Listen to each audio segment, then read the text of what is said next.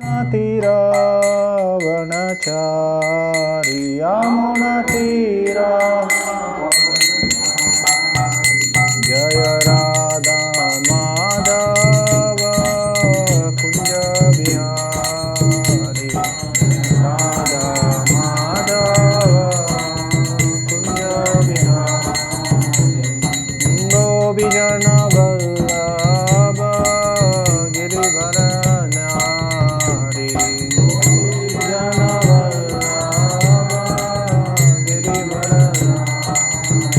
यशोदानंदन व्रज जन रंजन यशोदानंदन व्रज यमुना तीर वनचारी यमुना तीर वनचारी यमुना तीर वनचारी यमुना तीर वनचारी जय राधा माधव कुंज बिहारी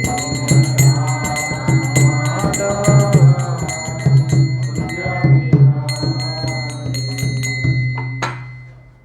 हरिनाम संकीर्तन की जय, समवेत भक्त वृंद की जय, श्री श्री गुरु गौरांग की जय।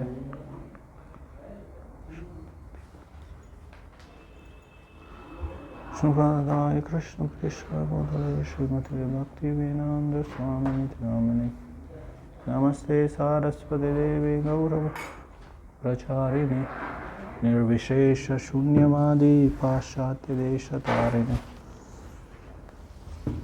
वंदेहं श्रीगुरु श्रीयुतपदकमलं श्रीगुरोन् वैष्णवांश्च श्रीरूपं साग्रजातं सहगण रघुनाथान्वितं तं सजीवं साद्वैतं सावधूतं परिजनसहितं कृष्णचैतन्यदेवं श्रीराधा कृष्णपादान् सहगण ललिता श्रीविशाखान्वितांश्च जय श्री कृष्ण चैतन्य प्रभु नित्यानंद श्री अद्वैत गदाधर श्रीवासदि गौर भक्तवृंद हरे कृष्ण कृष्ण कृष्ण हरे हरे हरे राम राम राम राम हरे हरे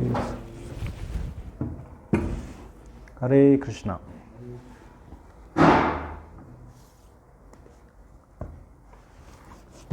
ನಮ್ಮ ವೈದಿಕ ಸಂಸ್ಕೃತಿಯಲ್ಲಿ ಸಂಸ್ಕಾರಗಳ ಬಗ್ಗೆ ವರ್ಣನೆಯಾಗಿದೆ.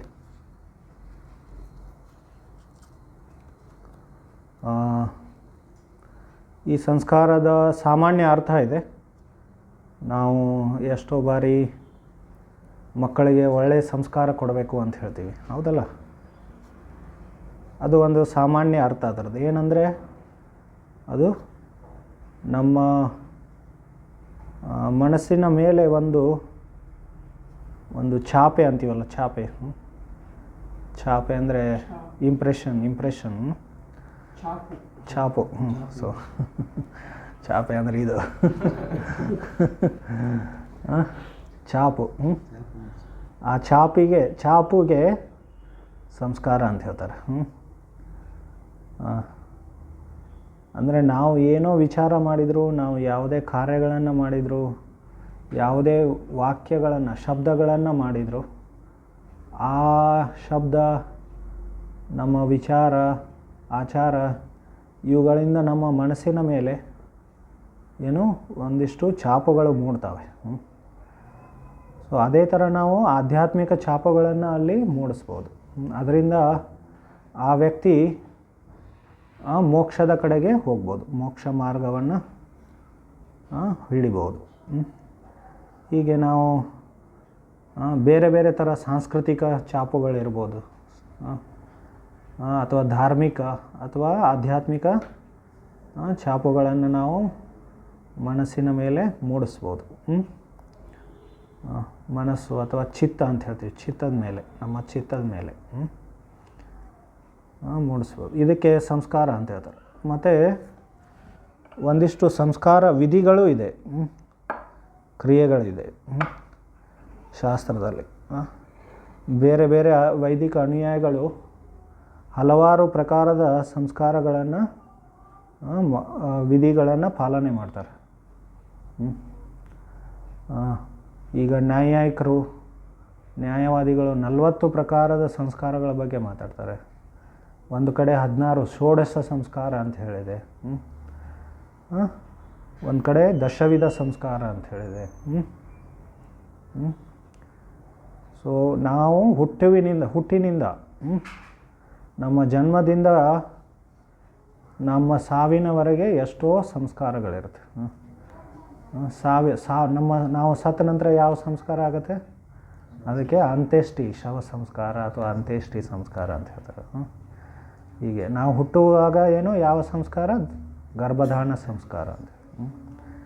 ಹೀಗೆ ಇವೆಲ್ಲ ಸಂಸ್ಕಾರಗಳಿದೆ. ಅದರಲ್ಲಿ ವಿಶೇಷವಾಗಿ ದೀಕ್ಷಾ ಸಂಸ್ಕಾರ ಅತಿ ಪ್ರಾಮುಖ್ಯತೆ ಅಂಥೇಳಿ, ಅತಿ ಪ್ರಮುಖವಾದದ್ದು ಅಂಥೇಳಿ ಹೇಳಲಾಗಿದೆ.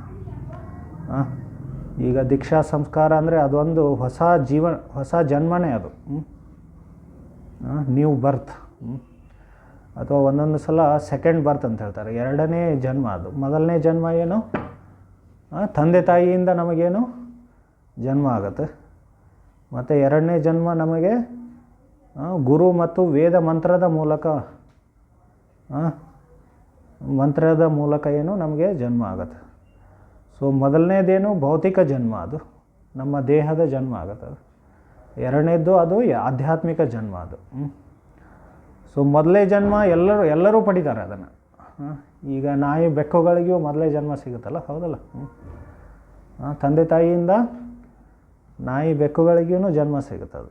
ಅದು ಅಷ್ಟೊಂದು ಅದರದ್ದು ಮಹತ್ವ ಇದೆ. ಯಾಕಂದರೆ ನಮಗೆ ಒಂದು ದೇಹ ಸಿಗುತ್ತೆ. ವಿಶೇಷವಾಗಿ ಈ ಮನುಷ್ಯ ಜನ್ಮ, ನರಜನ್ಮ ಅಥವಾ ಮಾನವ ಜನ್ಮ ಏನಿದೆ ಅದು ತುಂಬ ಮಹತ್ವವಾದ. ಈಗ ಭಾಗವತದಲ್ಲಿ ಕೃಷ್ಣನೇ ಯುದ್ಧವನಿಗೆ ಹೇಳುವಾಗ ಏನು? ನದೇಹ ಮಾಧ್ಯಂ ಸುಲಭಂ ಸುಕಲ್ಪಂ. ಈ ಶ್ಲೋಕ ಅದು ನಾವು ಒಂದು ಬಾರಿ ಇಲ್ಲಿ ಅದರ ಮೇಲೆ ಚರ್ಚೆ ಮಾಡಿದ್ದೀವಿ. ಪ್ಲವಂ ಸುಕಲ್ಪಂ ಗುರುಕರ್ಣಧಾರಂ. ಪ್ಲವಂ ಅಂದರೆ ಈ ನರದೇಹಕ್ಕೆ ಏನು ಒಂದು ನಾವು ಅಥವಾ ಹಡಗಿಗೆ ಅದನ್ನು ಹೋಲಿಕೆ ಮಾಡಲಾಗಿದೆ. ಈಗ ಸಮುದ್ರವನ್ನು ದಾಟಬೇಕಂದ್ರೆ ನಮಗೇನು ಈ ಹಡಗು ಬೇಕಾಗತ್ತೆ, ಹೌದಲ್ಲ? ಅದೇ ಥರ ಈ ಭವಸಾಗರವನ್ನು ಈ ಭೌತಿಕ ಜಗತ್ತಿಗೆ ಭವಸಾಗರ ಅಂತ ಹೇಳ್ತಾರೆ. ಸೊ ಇದನ್ನು ದಾಟಬೇಕಂದ್ರೆ ಈ ಮನುಷ್ಯ ದೇಹ ಬೇಕು, ನರದೇಹ ಬೇಕು, ನರಜನ್ಮ ಬೇಕು. ಸೊ ಅದರದ್ದು ಮಹತ್ವ ಇದೆ. ಅದಕ್ಕೋಸ್ಕರ ತಂದೆ ತಾಯಿಗೆ ನಾವು ಏನು ಮಾಡ್ತೀವಿ? ಆದರ ಸನ್ಮಾನ, ಅವರಿಗೆ ನಾವು ರೆಸ್ಪೆಕ್ಟ್ ಕೊಡ್ತೀವಿ. ಅವರು ನಮಗೆ ಈ ದೇಹವನ್ನು ಕೊಟ್ಟವರು. ಈಗ ನಮಗೆ ಮನುಷ್ಯ ಜನ್ಮದ ಮಹತ್ವ ಗೊತ್ತಿರಲಿಲ್ಲ ಅಂದರೆ ನಮಗೆ ತಂದೆ ತಾಯಿಯ ಮಹತ್ವನೂ ಗೊತ್ತಾಗಲ್ಲ, ಹೌದಲ್ಲ? ಅದಕ್ಕೋಸ್ಕರ ಈಗಿನ ಕಾಲದಲ್ಲಿ ಏನು ಮನುಷ್ಯ ಜನ್ಮದ ಮಹತ್ವ ಗೊತ್ತಿಲ್ಲ. ಅವರು ಈಗಿನ ಕಾಲದಲ್ಲಿ ಜನರು ಬರೀ ಪಶುಗಳ ಥರ ವರ್ತನೆ ಮಾಡ್ತಾರೆ. ಅವರ ಜೀವನ ಏನು? ಬರೀ ಆಹಾರ, ನಿದ್ರಾ, ಭಯ ಮೈಥುನದಲ್ಲೇ ತೊಡಗೋದು. ಆಗ ನಮಗೆ ಅದು ಪಶುಗಳು ಮಾಡ್ತವೆ, ಅದೇನು ದೊಡ್ಡಲ್ಲ. ಅದಕ್ಕೋಸ್ಕರ ಅದು ಮನುಷ್ಯ ಜೀವನದ ಮಹತ್ವ ಅಲ್ಲ. ಮನುಷ್ಯ ಜೀವನ ಎಂದರೇನು? ನಾವು ತುಂಬ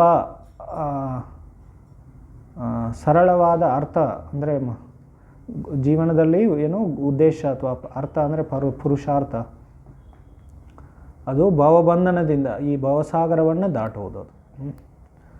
ಈ ಭವಬಂಧನದಿಂದ, ಈ ಜನ್ಮ ಮೃತ್ಯುವಿನ ಚಕ್ರದಿಂದ ನಾವು ಮತ್ತೆ ಮತ್ತೆ ಜನ್ಮ ಪಡೆದು ಮತ್ತೆ ಸಾವುಗಳ ಈ ಚಕ್ರದಿಂದ ನಾವು ಮೋಕ್ಷವನ್ನು ಪಡೆಯುವುದು.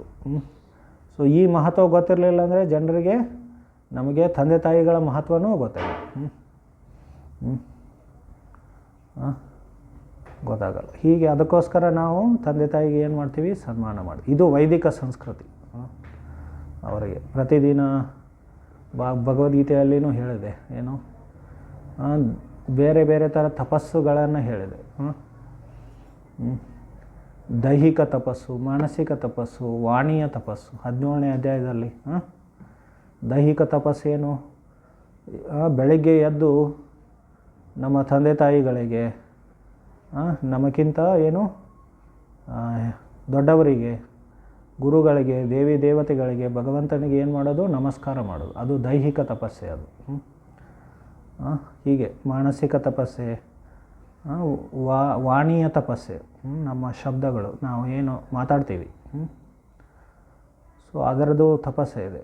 ನಾವು ಯಾವಾಗಲೂ ಸತ್ಯವಚನವನ್ನು ಹೇಳಬೇಕು, ಮಾತಾಡಬೇಕು. ಇವೆಲ್ಲ ತಪಸ್ಸೆಗಳನ್ನು ಭಗವದ್ಗೀತೆಯಲ್ಲಿ ಹೇಳಿದೆ. ಹೀಗೆ ಸೊ ಹೀಗೆ ನಾವು ತಂದೆ ತಾಯಿಗಳಿಗೆ ಸನ್ಮಾನ ಮಾಡ್ತೀವಿ. ಯಾಕಂದರೆ ಅವರು ನಮಗೆ ಭೌತಿಕ ಈ ದೇಹವನ್ನು, ವಿಶೇಷವಾಗಿ ನರದೇಹವನ್ನು ಕೊಟ್ಟಿರ್ತಾರೆ. ಆದರೆ ಅದಕ್ಕಿಂತ ಹೆಚ್ಚಿಂದೇನು ನಮಗೆ ಎರಡನೇ ಜನ್ಮ ಸಿಗೋದು ಗುರುಗಳ. ಯಾಕಂದರೆ ದೇಹ ಎಲ್ಲರಿಗೂ ಸಿಗುತ್ತೆ, ಆದರೆ ಮನುಷ್ಯ ಜೀವನದಲ್ಲಿ ನಾವು ಇನ್ನೂ ಹೆಚ್ಚಿನದನ್ನು ನಾವು ಏನು ಮಾಡ್ಬೋದು, ಪಡಿಬೋದು. ಅದಕ್ಕೆ ಆಧ್ಯಾತ್ಮಿಕ ಜನ್ಮ ಅಂತ ಹೇಳ್ತಾರೆ. ಯಾರು ಗುರುವಿನಿಂದ ದೀಕ್ಷೆ ಪಡಿತಾರಲ್ಲ ಅವರಿಗೆ ದ್ವಿಜ ಅಂತ ಹೇಳ್ತಾರೆ. ದ್ವಿಜ ಅಂದರೆ 2 ಬಾರಿ ಜನ್ಮ ಪಡೆದವನು. 2 ಬಾರಿ ಜನ್ಮ ಪಡೆದವನಿಗೇನು ದ್ವಿಜ ಅಂತ ಹೇಳ್ತಾರೆ. ಸಾಮಾನ್ಯವಾಗಿ ಬ್ರಾಹ್ಮಣರು, ಕ್ಷತ್ರಿಯರು, ವೈಶ್ಯರು ಇವರಿಗೆ ದ್ವಿಜ ಅಂತ ಹೇಳ್ತಿದ್ರು ವೈದಿಕ ಸಂಸ್ಕೃತಿಯಲ್ಲಿ. ಅವರಿಗೆ ಏನು ದೀಕ್ಷಾ ಸಂಸ್ಕಾರ ಆಗ್ತಿತ್ತು. ಹೀಗೆ ದೀಕ್ಷಾ ಸಂಸ್ಕಾರ ಅಂತ ಹೇಳಿ ಇದು ಒಂದು ಮಹತ್ವಪೂರ್ಣವಾದ ಸಂಸ್ಕಾರ. ಅದು ಮತ್ತು ಇನ್ನೊಂದು ದೃಷ್ಟಿಯಿಂದ ನೋಡಿದರೆ ನಮ್ಮ ಆಧ್ಯಾತ್ಮಿಕ ಜೀವನದ ಆರಂಭ, ಪ್ರಭುಪಾದರು ಹೇಳ್ತಾಯಿದ್ರು, ನಮ್ಮ ಆಧ್ಯಾತ್ಮಿಕ ಜೀವನದ ಆರಂಭ ಎಲ್ಲಿಂದ ಆಗುತ್ತೆ, ನಾವು ಒಬ್ಬ ಯೋಗ್ಯ ಗುರುವಿನ ಆಶ್ರಯವನ್ನು ಪಡೆದಾಗ ಅಲ್ಲಿಂದ ನಮ್ಮ ಆಧ್ಯಾತ್ಮಿಕ ಜೀವನ ಅಥವಾ ಭಕ್ತಿ ಜೀವನ, ಭಕ್ತಿ ಸೇವೆ, ಭಗವಂತನಿಗೆ ಭಕ್ತಿ ಸೇವೆ, ಅಥವಾ ನಾವು ಇಲ್ಲಿ ಅರ್ಚನೆ ಪೂಜೆ ಮಾಡ್ತೀವಲ್ಲ, ಆ ಅರ್ಚನೆ ಎಲ್ಲಿಂದ ನಾವು ಆರಂಭ ಆಗುತ್ತದು, ಸೇವೆ. ಭಗವಂತ ನಮ್ಮಿಂದ ಸೇವೆಯನ್ನು ಯಾವಾಗ ಸ್ವೀಕಾರ ಮಾಡ್ತಾನೆ, ಯಾವಾಗ ನಾವು ಗುರುವಿನ ಆಶ್ರಯವನ್ನು ಪಡಿತೀವಿ.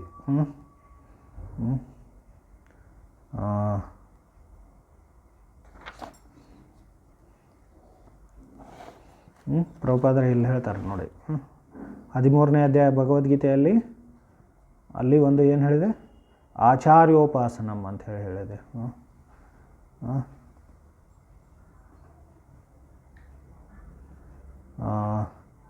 So if one does not approach or is not able to approach the transcendentals, are then where it is, okay, the principle of accepting a spiritual master as mentioned in the 8th verse is essential. ಅಲ್ಲಿ ಆಚಾರ್ಯೋಪಾಸನ ಅಂಥೇಳಿ ಶಬ್ದ ಬರುತ್ತೆ ಅಲ್ಲಿ ಭಗವದ್ಗೀತೆಯಲ್ಲಿ 13ನೇ ಅಧ್ಯಾಯದ 8ನೇ ಶ್ಲೋಕದಲ್ಲಿ, 8th verse. So ಭಕ್ತಿ ಸೇವೆಯಲ್ಲಿ ತೊಡಗಿದವರಿಗೂ ಇದು ಮಹತ್ವಪೂರ್ಣ ಅಂತ ಹೇಳ್ತಾರೆ. Transcendental life begins when one accepts a bona fide. ನಮ್ಮ ದಿವ್ಯ ಜೀವನ ಅಥವಾ ಆಧ್ಯಾತ್ಮಿಕ ಜೀವನ ಎಲ್ಲಿಂದ, ಅಥವಾ ಭಕ್ತಿ ಸೇವೆ, ಭಗವಂತನಿಗೆ ಅರ್ಚನೆ ಎಲ್ಲಿಂದ ಆರಂಭ ಆಗುತ್ತೆ, ನಾವು ಗುರುಗಳ ಆಶ್ರಯ ಪಡೆಯುವುದರಿಂದ. ಈಗ ಬೇರೆ ನಾವು ಅರ್ಚನೆ ಮಾಡುವಾಗ, ಭಗವಂತನಿಗೆ ಭಕ್ತಿ ಸೇವೆ ಮಾಡುವಾಗ ಬೇರೆ ಬೇರೆ ಪ್ರಕಾರದ ಬೇರೆ ಬೇರೆ ವಿಧಿಗಳ ಮೂಲಕ ಭಗವಂತನನ್ನು ಅರ್ಚನೆ ಮಾಡ್ಬೋದು. ಭಾಗವತದಲ್ಲಿ ಮತ್ತು ಕೃಷ್ಣ ಉದ್ಧವನಿಗೆ ಒಂದು ಅಧ್ಯಾಯದಲ್ಲಿ ಈ ಅರ್ಚನೆ ಮಾರ್ಗವನ್ನು ಅಥವಾ ಪ್ರಕ್ರಿಯೆಯನ್ನು ವರ್ಣನೆ ಮಾಡ್ತಾನೆ ಕೃಷ್ಣ. 11ನೇ ಸ್ಕಂದದ, ನಿಮ್ಮಲ್ಲಿ ಭಾಗವತ ಇದೆಯಲ್ಲ ಎಷ್ಟೋ ಜನರ ಹತ್ರ, ಆ ಭಾಗವತದ 11ನೇ ಸ್ಕಂದದ 27ನೇ ಅಧ್ಯಾಯದಲ್ಲಿ ಈ ಪ್ರಾಸೆಸ್ ಆಫ್ ಡಿಟಿ ವರ್ಷಿಪ್ ಅಂಥೇಳಿ ಅದರಲ್ಲಿ ವರ್ಣನೆ ಆಗುತ್ತೆ. ಅಲ್ಲಿ ಭಗವಂತ ಉದ್ಧವನಿಗೆ ಏನು ಹೇಳ್ತಾನೆ, ಕೃಷ್ಣ 3 ಪ್ರಕಾರ ವಿಧಿಗಳಿಂದ ನಾವು ಅರ್ಚನೆ ಮಾಡ್ಬೋದು ಅಂಥೇಳಿ. ವೈದಿಕ, ತಾಂತ್ರಿಕೋ, ಮಿಶ್ರ. ಅರ್ಚನೆ ಅಂದರೆ ಗೊತ್ತಾಯ್ತಲ್ಲ, ನಿಮ್ಮ ಮನೆಯಲ್ಲಿ ನೀವು ಪೂಜೆ ಮಾಡ್ತೀರಲ್ಲ ಅದಕ್ಕೆ ಅರ್ಚನೆ ಅಂತ. ಭಗವಂತನ ವಿಗ್ರಹಕ್ಕೆ ಎಷ್ಟೋ ಜನರ ಮನೆಯಲ್ಲಿ ಶಾಲಿಗ್ರಾಮ ಶಿಲಾ ಇರುತ್ತೆ. ಅದನ್ನು ಹೇಗೆ ಮಾಡ್ತೀವಿ ನಾವು, ವೈದಿಕಸ್ಥ ತಾಂತ್ರಿಕೋ ಮಿಶ್ರ ಇತಿ ಮೇ ತ್ರಿವಿಧೋ ಮಕಃ. ವೈದಿಕಸ್ತಾಂತ್ರಿಕೋ ಮಿಶ್ರ ಇತಿ ಮೇ ತ್ರಿವಿಧೋ ಮಕಃ ತ್ರಯಾಣಾಂ ಈಪ್ಸಿತೇನೈವ ವಿಧಿನಾ ಮಾಂ ಸಮರ್ಚಯೇತ್. ಮಾಂ ಅಂದರೆ ನನ್ನನ್ನು ಹೇಗೆ ಅರ್ಚನೆ ಮಾಡ್ಬೋದು ಇಲ್ಲಿ ಕೃಷ್ಣ ಹೇಳ್ತಾ ಇದ್ದಾನೆ. ಕೃಷ್ಣ ಯಾಕೆ ಹೇಳ್ತಾನೆ ನನ್ನೇನು ಅರ್ಚನೆ ಮಾಡಿ ಅಂತ ಹೇಳಿ? ಅವನೇ ಭಗವಂತ, ನಾವು ಅವನನ್ನೇ ಅರ್ಚನೆ ಮಾಡಬೇಕು ಅಂಥೇಳಿ. ಒಂದೊಂದು ಬಾರಿ ಎಲ್ಲ ವೇದಗಳನ್ನು ಓದಿ ತಿಳ್ಕೊಳ್ಳಲ್ಲ. ನಾವು ಕೃಷ್ಣನನ್ನೇ ಏನು ಮಾಡಬೇಕು? ಅರ್ಚನೆ ಮಾಡಬೇಕು. ಅದಕ್ಕೋಸ್ಕರ ಕೃಷ್ಣ ನೇರವಾಗಿ ಹೇಳ್ತಾನೆ, ನನ್ನನ್ನೇ ಅರ್ಚನೆ ಮಾಡು ಅಂಥೇಳಿ. ಭಗವದ್ಗೀತೆಯಲ್ಲಿನೂ ಮತ್ತೆ ಮತ್ತೆ ಕೃಷ್ಣ ಅದನ್ನೇ ಒತ್ತಿ ಒತ್ತಿ ಹೇಳ್ತಾ ಇದ್ದಾನೆ, ನಾನೇ ಸರ್ವೋಚ್ಚ ಅಂಥೇಳಿ, ನಾನೇ ಸರ್ವೋತ್ತಮ ಅಂಥೇಳಿ. ವೈದಿಕಸ್ತಾಂತ್ರಿಕೋ ಮಿಶ್ರ ಇತಿ ಮೇ ತ್ರಿವಿಧೋ ಮಕಃ ತ್ರಯಾಣಾಮೀಪ್ಸಿತೇನೈವ ವಿಧಿನಾ ಮಾಂ ಸಮರ್ಚಯೇತ್. ಮಾಂ ಸಮರ್ಚಯೇತ್, ನನ್ನನ್ನು ಅರ್ಚನೆ ಮಾಡಬೇಕು. ಹೇಗೆ? 3 ವಿಧಿಗಳಿಂದ. ವೈದಿಕಸ್ತಾಂತ್ರಿಕೋ, ವೈದಿಕ ಒಂದು ವಿಧಿ. ವೈದಿಕ ವಿಧಿ ಅಂದರೆ ಹೇಗೆ? ಈಗ ವೇದಗಳಲ್ಲಿ ಏನು ಮೂಲವಾಗಿ ವೇದ ಸಂಹಿತ ಅಂಥೇಳಿ ಇರುತ್ತೆ. ಸಂಹಿತ, ಬ್ರಾಹ್ಮಣ, ಆರಣ್ಯಕ ಅಂಥೇಳಿ ಇರುತ್ತೆ. ಮೂರು ವಿಭಾಗಗಳು ವೇದಗಳಲ್ಲಿ. ಆ ಮಂತ್ರಗಳು ಎಲ್ಲಿರುತ್ತೆ? ಭಗವಂತನ ಅರ್ಚನೆ ಮಾಡಲಿಕ್ಕೆ ಮಂತ್ರಗಳು ಆ ಸಂಹಿತೆಯದಲ್ಲಿರುತ್ತೆ. ಮತ್ತು ಅದನ್ನು ಹೇಗೆ ಆ ಮಂತ್ರವನ್ನು ಉಪಯೋಗ ಮಾಡಿ ಬೇರೆ ಬೇರೆ ಅರ್ಚನೆ ಅಥವಾ ಯಜ್ಞಗಳಲ್ಲಿ ಹೇಗೆ ಉಪಯೋಗ ಮಾಡಬೇಕನ್ನೋದು ಬ್ರಾಹ್ಮಣದಲ್ಲಿ ವರ್ಣನೆ ಆಗಿರುತ್ತೆ. ಮತ್ತು ಆ ಮಂತ್ರಗಳ ಅರ್ಥ ಆರಣ್ಯಕಗಳಲ್ಲಿ ವರ್ಣನೆ ಆಗುತ್ತೆ. ಈ ಬ್ರಾಹ್ಮಣ ವರ್ಗಗಳಿದೆ ಇರ್ತಲ್ಲ, ಇಲ್ಲಿ ನಾವು ವರ್ಣಗಳ ಬಗ್ಗೆ ಮಾತಾಡ್ತಾ ಇಲ್ಲ. ಬ್ರಾಹ್ಮಣ ಅಂದರೆ ಅದೊಂದು ವೇದಗಳ ಒಂದು ಭಾಗ ಅದು. ಆ ಬ್ರಾಹ್ಮಣ ವಿಭಾಗದಲ್ಲಿ ಅವುಗಳಿಗೆ ಸಂಬಂಧಪಟ್ಟ ಕಲ್ಪಶಾಸ್ತ್ರಗಳಿದೆ. ಅದರಲ್ಲಿನೂ ಬೇರೆ ಬೇರೆ ವಿಭಾಜನೆಗಳಲ್ಲಿ ಇದೆ. ಅದರಲ್ಲಿ ಗ್ರಾಹ್ಯ ಸೂತ್ರಗಳಂತೇಳಿ ಇರುತ್ತೆ. ಈ ಕಲ್ಪಶಾಸ್ತ್ರಗಳು ವೇದಾಂಗದಲ್ಲಿ ಬರುತ್ತೆ. ಪ್ರತಿಯೊಂದು ಬ್ರಾಹ್ಮಣಗಳಿಗೆ ಎಷ್ಟೋ ಈ ಕಲ್ಪಶಾಸ್ತ್ರಗಳು ಇದೆ. ಅಂದರೆ ನಾನು ಹೇಳಿದ್ನಲ್ಲ, ಪ್ರೊಸೀಜರ್ ಅದು ಎಲ್ಲಿ ಕೊಟ್ಟಿದೆ? ಅದು ವಿಧಿ ಪ್ರಕ್ರಿಯೆಯನ್ನು ಬ್ರಾಹ್ಮಣಗಳಲ್ಲಿ ಕೊಟ್ಟಿದೆ. ಅದೇ ಪ್ರಕ್ರಿಯೆಯನ್ನು ಇನ್ನೂ ಸರಿಯಾಗಿ, ಇನ್ನೂ ವ್ಯವಸ್ಥಿತವಾಗಿ ಈ ಕಲ್ಪಶಾಸ್ತ್ರಗಳಲ್ಲಿ ವರ್ಣನೆ ಆಗುತ್ತೆ.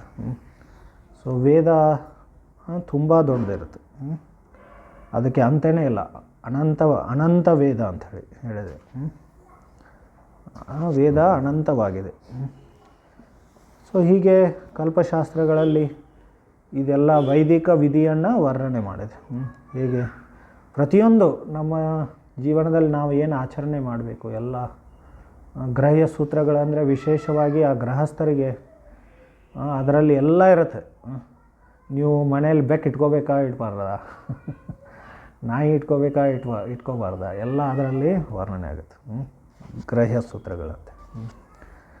ಸೊ ಹೀಗೆ ಅಲ್ಲಿ ಈ ವೈದಿಕ ಮಾರ್ಗವನ್ನು ವರ್ಣನೆ ಮಾಡಿದೆ. ಅದು ವೈದಿಕ. ತಾಂತ್ರಿಕ ಅಂಥೇಳಿ ಇನ್ನೊಂದು ಮಾರ್ಗ ಇರುತ್ತೆ. ತಾಂತ್ರಿಕ ಅಥವಾ ಪಂಚರಾತ್ರಿಕ ಅಥವಾ ಆಗಮ ಅಂಥೇಳಿ ಬೇರೆ ಬೇರೆ ಶಾಸ್ತ್ರಗಳಿದೆ.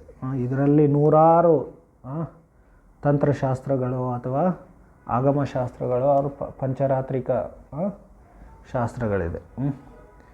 ಈಗ ನಾವು ನಮ್ಮ ಇಸ್ಕಾನ್ನಲ್ಲಿ ನಾವು ಮಾಡ್ತೀವಲ್ಲ, ಈಗ ನೀವು ನೋಡಿದ್ರೆ ಆರತಿ ಆಗುತ್ತಲ್ಲ, ಆವಾಗ ಅರ್ಚನೆ ಆಗುತ್ತೆ ಇಲ್ಲಿ. ಇದು ಯಾವ ನಾರದ ಪಂಚರಾತ್ರ ಅಂಥೇಳಿ ಅದರ ಅನುಸಾರವಾಗಿ ಇಲ್ಲಿ ಏನು ಪೂಜೆ ಆಗುತ್ತೆ.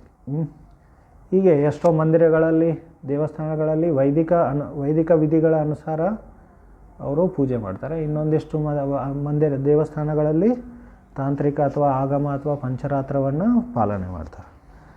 ಇಲ್ಲಿ ಇನ್ನೊಂದೇನು ಮಿಶ್ರ ಅಂಥೇಳಿ, ಇವೆರಡೂ ಕೂಡಿಸಿ ಮಾಡ್ಬೋದು ಅಂಥೇಳಿ ಕೃಷ್ಣ ಇಲ್ಲಿ ಹೇಳ್ತಾ ಇದ್ದಾನೆ. ವೈದಿಕ ತಾಂತ್ರಿಕೋ ಮಿಶ್ರ ಇತಿ ಮೇ ತ್ರಿವಿಧೋ ಮಕಃ ಅಂಥೇಳಿ. ಸೊ ಇದನ್ನೆಲ್ಲ ಮಾಡಬೇಕಾದ್ರೆ ಈ ಥರ ಅರ್ಚನೆ ಮಾಡಬೇಕಾದ್ರೆ ಅದರ ಅನುಸಾರವಾಗಿ ದೀಕ್ಷೆ ವಿಧಾನ ಇರುತ್ತೆ, ದೀಕ್ಷೆ ವಿಧಿ ಇರುತ್ತೆ. ನೀವು ವೈದಿಕ ಅರ್ಚನೆ ಮಾಡಬೇಕಂದ್ರೆ ವೈದಿಕ ದೀಕ್ಷೆ ಇರುತ್ತೆ. ಮತ್ತು ತಾಂತ್ರಿಕ ಅಥವಾ ಆಗಮ ಅಥವಾ ಪಂಚರಾತ್ರಿಕ ವಿಧಿಯನ್ನು ಪಾಲನೆ ಮಾಡಿ ನಾವು ವಿಗ್ರಹವನ್ನು ಭಗವಂತನನ್ನು ಸೇವೆ ಮಾಡಬೇಕಂದ್ರೆ ಅದಕ್ಕೆ ಅನುಸಾರವಾಗಿ ಏನೋ ದೀಕ್ಷೆ ಇರುತ್ತೆ. ಪಂಚರಾತ್ರಿಕ ವಿಶೇಷವಾಗಿ ಈಗ ಕಲಿಯುಗದಲ್ಲಿ ವೈದಿಕ ವಿಧಿಯನ್ನು ಪಾಲನೆ ಮಾಡೋದು ತುಂಬ ಕಷ್ಟ. ಯಾಕಂದರೆ ಅದಕ್ಕೆ ಅವಶ್ಯಕವಾದ ನಮ್ಮಲ್ಲಿ ಶುದ್ಧತೆ ಮತ್ತು ನಿಯಮಗಳು ಏನೂ ಇರಲ್ಲ. ಅದಕ್ಕೋಸ್ಕರ ಕಲಿಯುಗದಲ್ಲಿ ವಿಶೇಷವಾಗಿ ತಾಂತ್ರಿಕ ಅಥವಾ ಆಗಮವನ್ನು ಹೆಚ್ಚು ಒತ್ತು ಕೊಡಲಾಗಿದೆ. ಇಲ್ಲೆಲ್ಲ ಶಾಸ್ತ್ರದಲ್ಲಿ.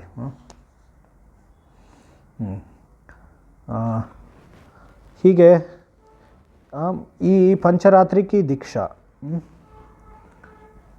ನಾವು ದೀಕ್ಷೆ ಅಂದರೆ ಹೇಳಿದ್ನಲ್ಲ ನಾನು, ಭಗವಂತನ ಸೇವೆ ದೀಕ್ಷೆಯಿಂದ ಆರಂಭ ಆಗುತ್ತೆ ಅಂತ ಹೇಳಿದೆ ನಾನು. ಈ ಪಂಚರಾತ್ರಿಕ ದೀಕ್ಷೆ ಅಂದರೆ ಏನು? ಆ ದೀಕ್ಷಾ ಸಂಸ್ಕಾರ, ಇದರಲ್ಲಿನೂ 5 ಸಂಸ್ಕಾರಗಳಿರುತ್ತೆ. ಮತ್ತು ಸೊ ಇವತ್ತು ನಾವೇನು ಚರ್ಚೆ ಮಾಡೋಣ, ಈ 5 ಸಂಸ್ಕಾರಗಳನ್ನು ದೀಕ್ಷಾ ವಿಧಿಯಲ್ಲಿ ಅಥವಾ ದೀಕ್ಷಾ ಸಂಸ್ಕಾರದಲ್ಲಿ ಮತ್ತೆ 5 ಸಂಸ್ಕಾರಗಳು ಯಾವ್ಯಾವು ಅಂಥೇಳಿ. ಇದರ ಅರ್ಥ ಏನು? ದೀಕ್ಷೆ ಪ್ರಕ್ರಿಯೆ ಹೇಗಿರುತ್ತೆ?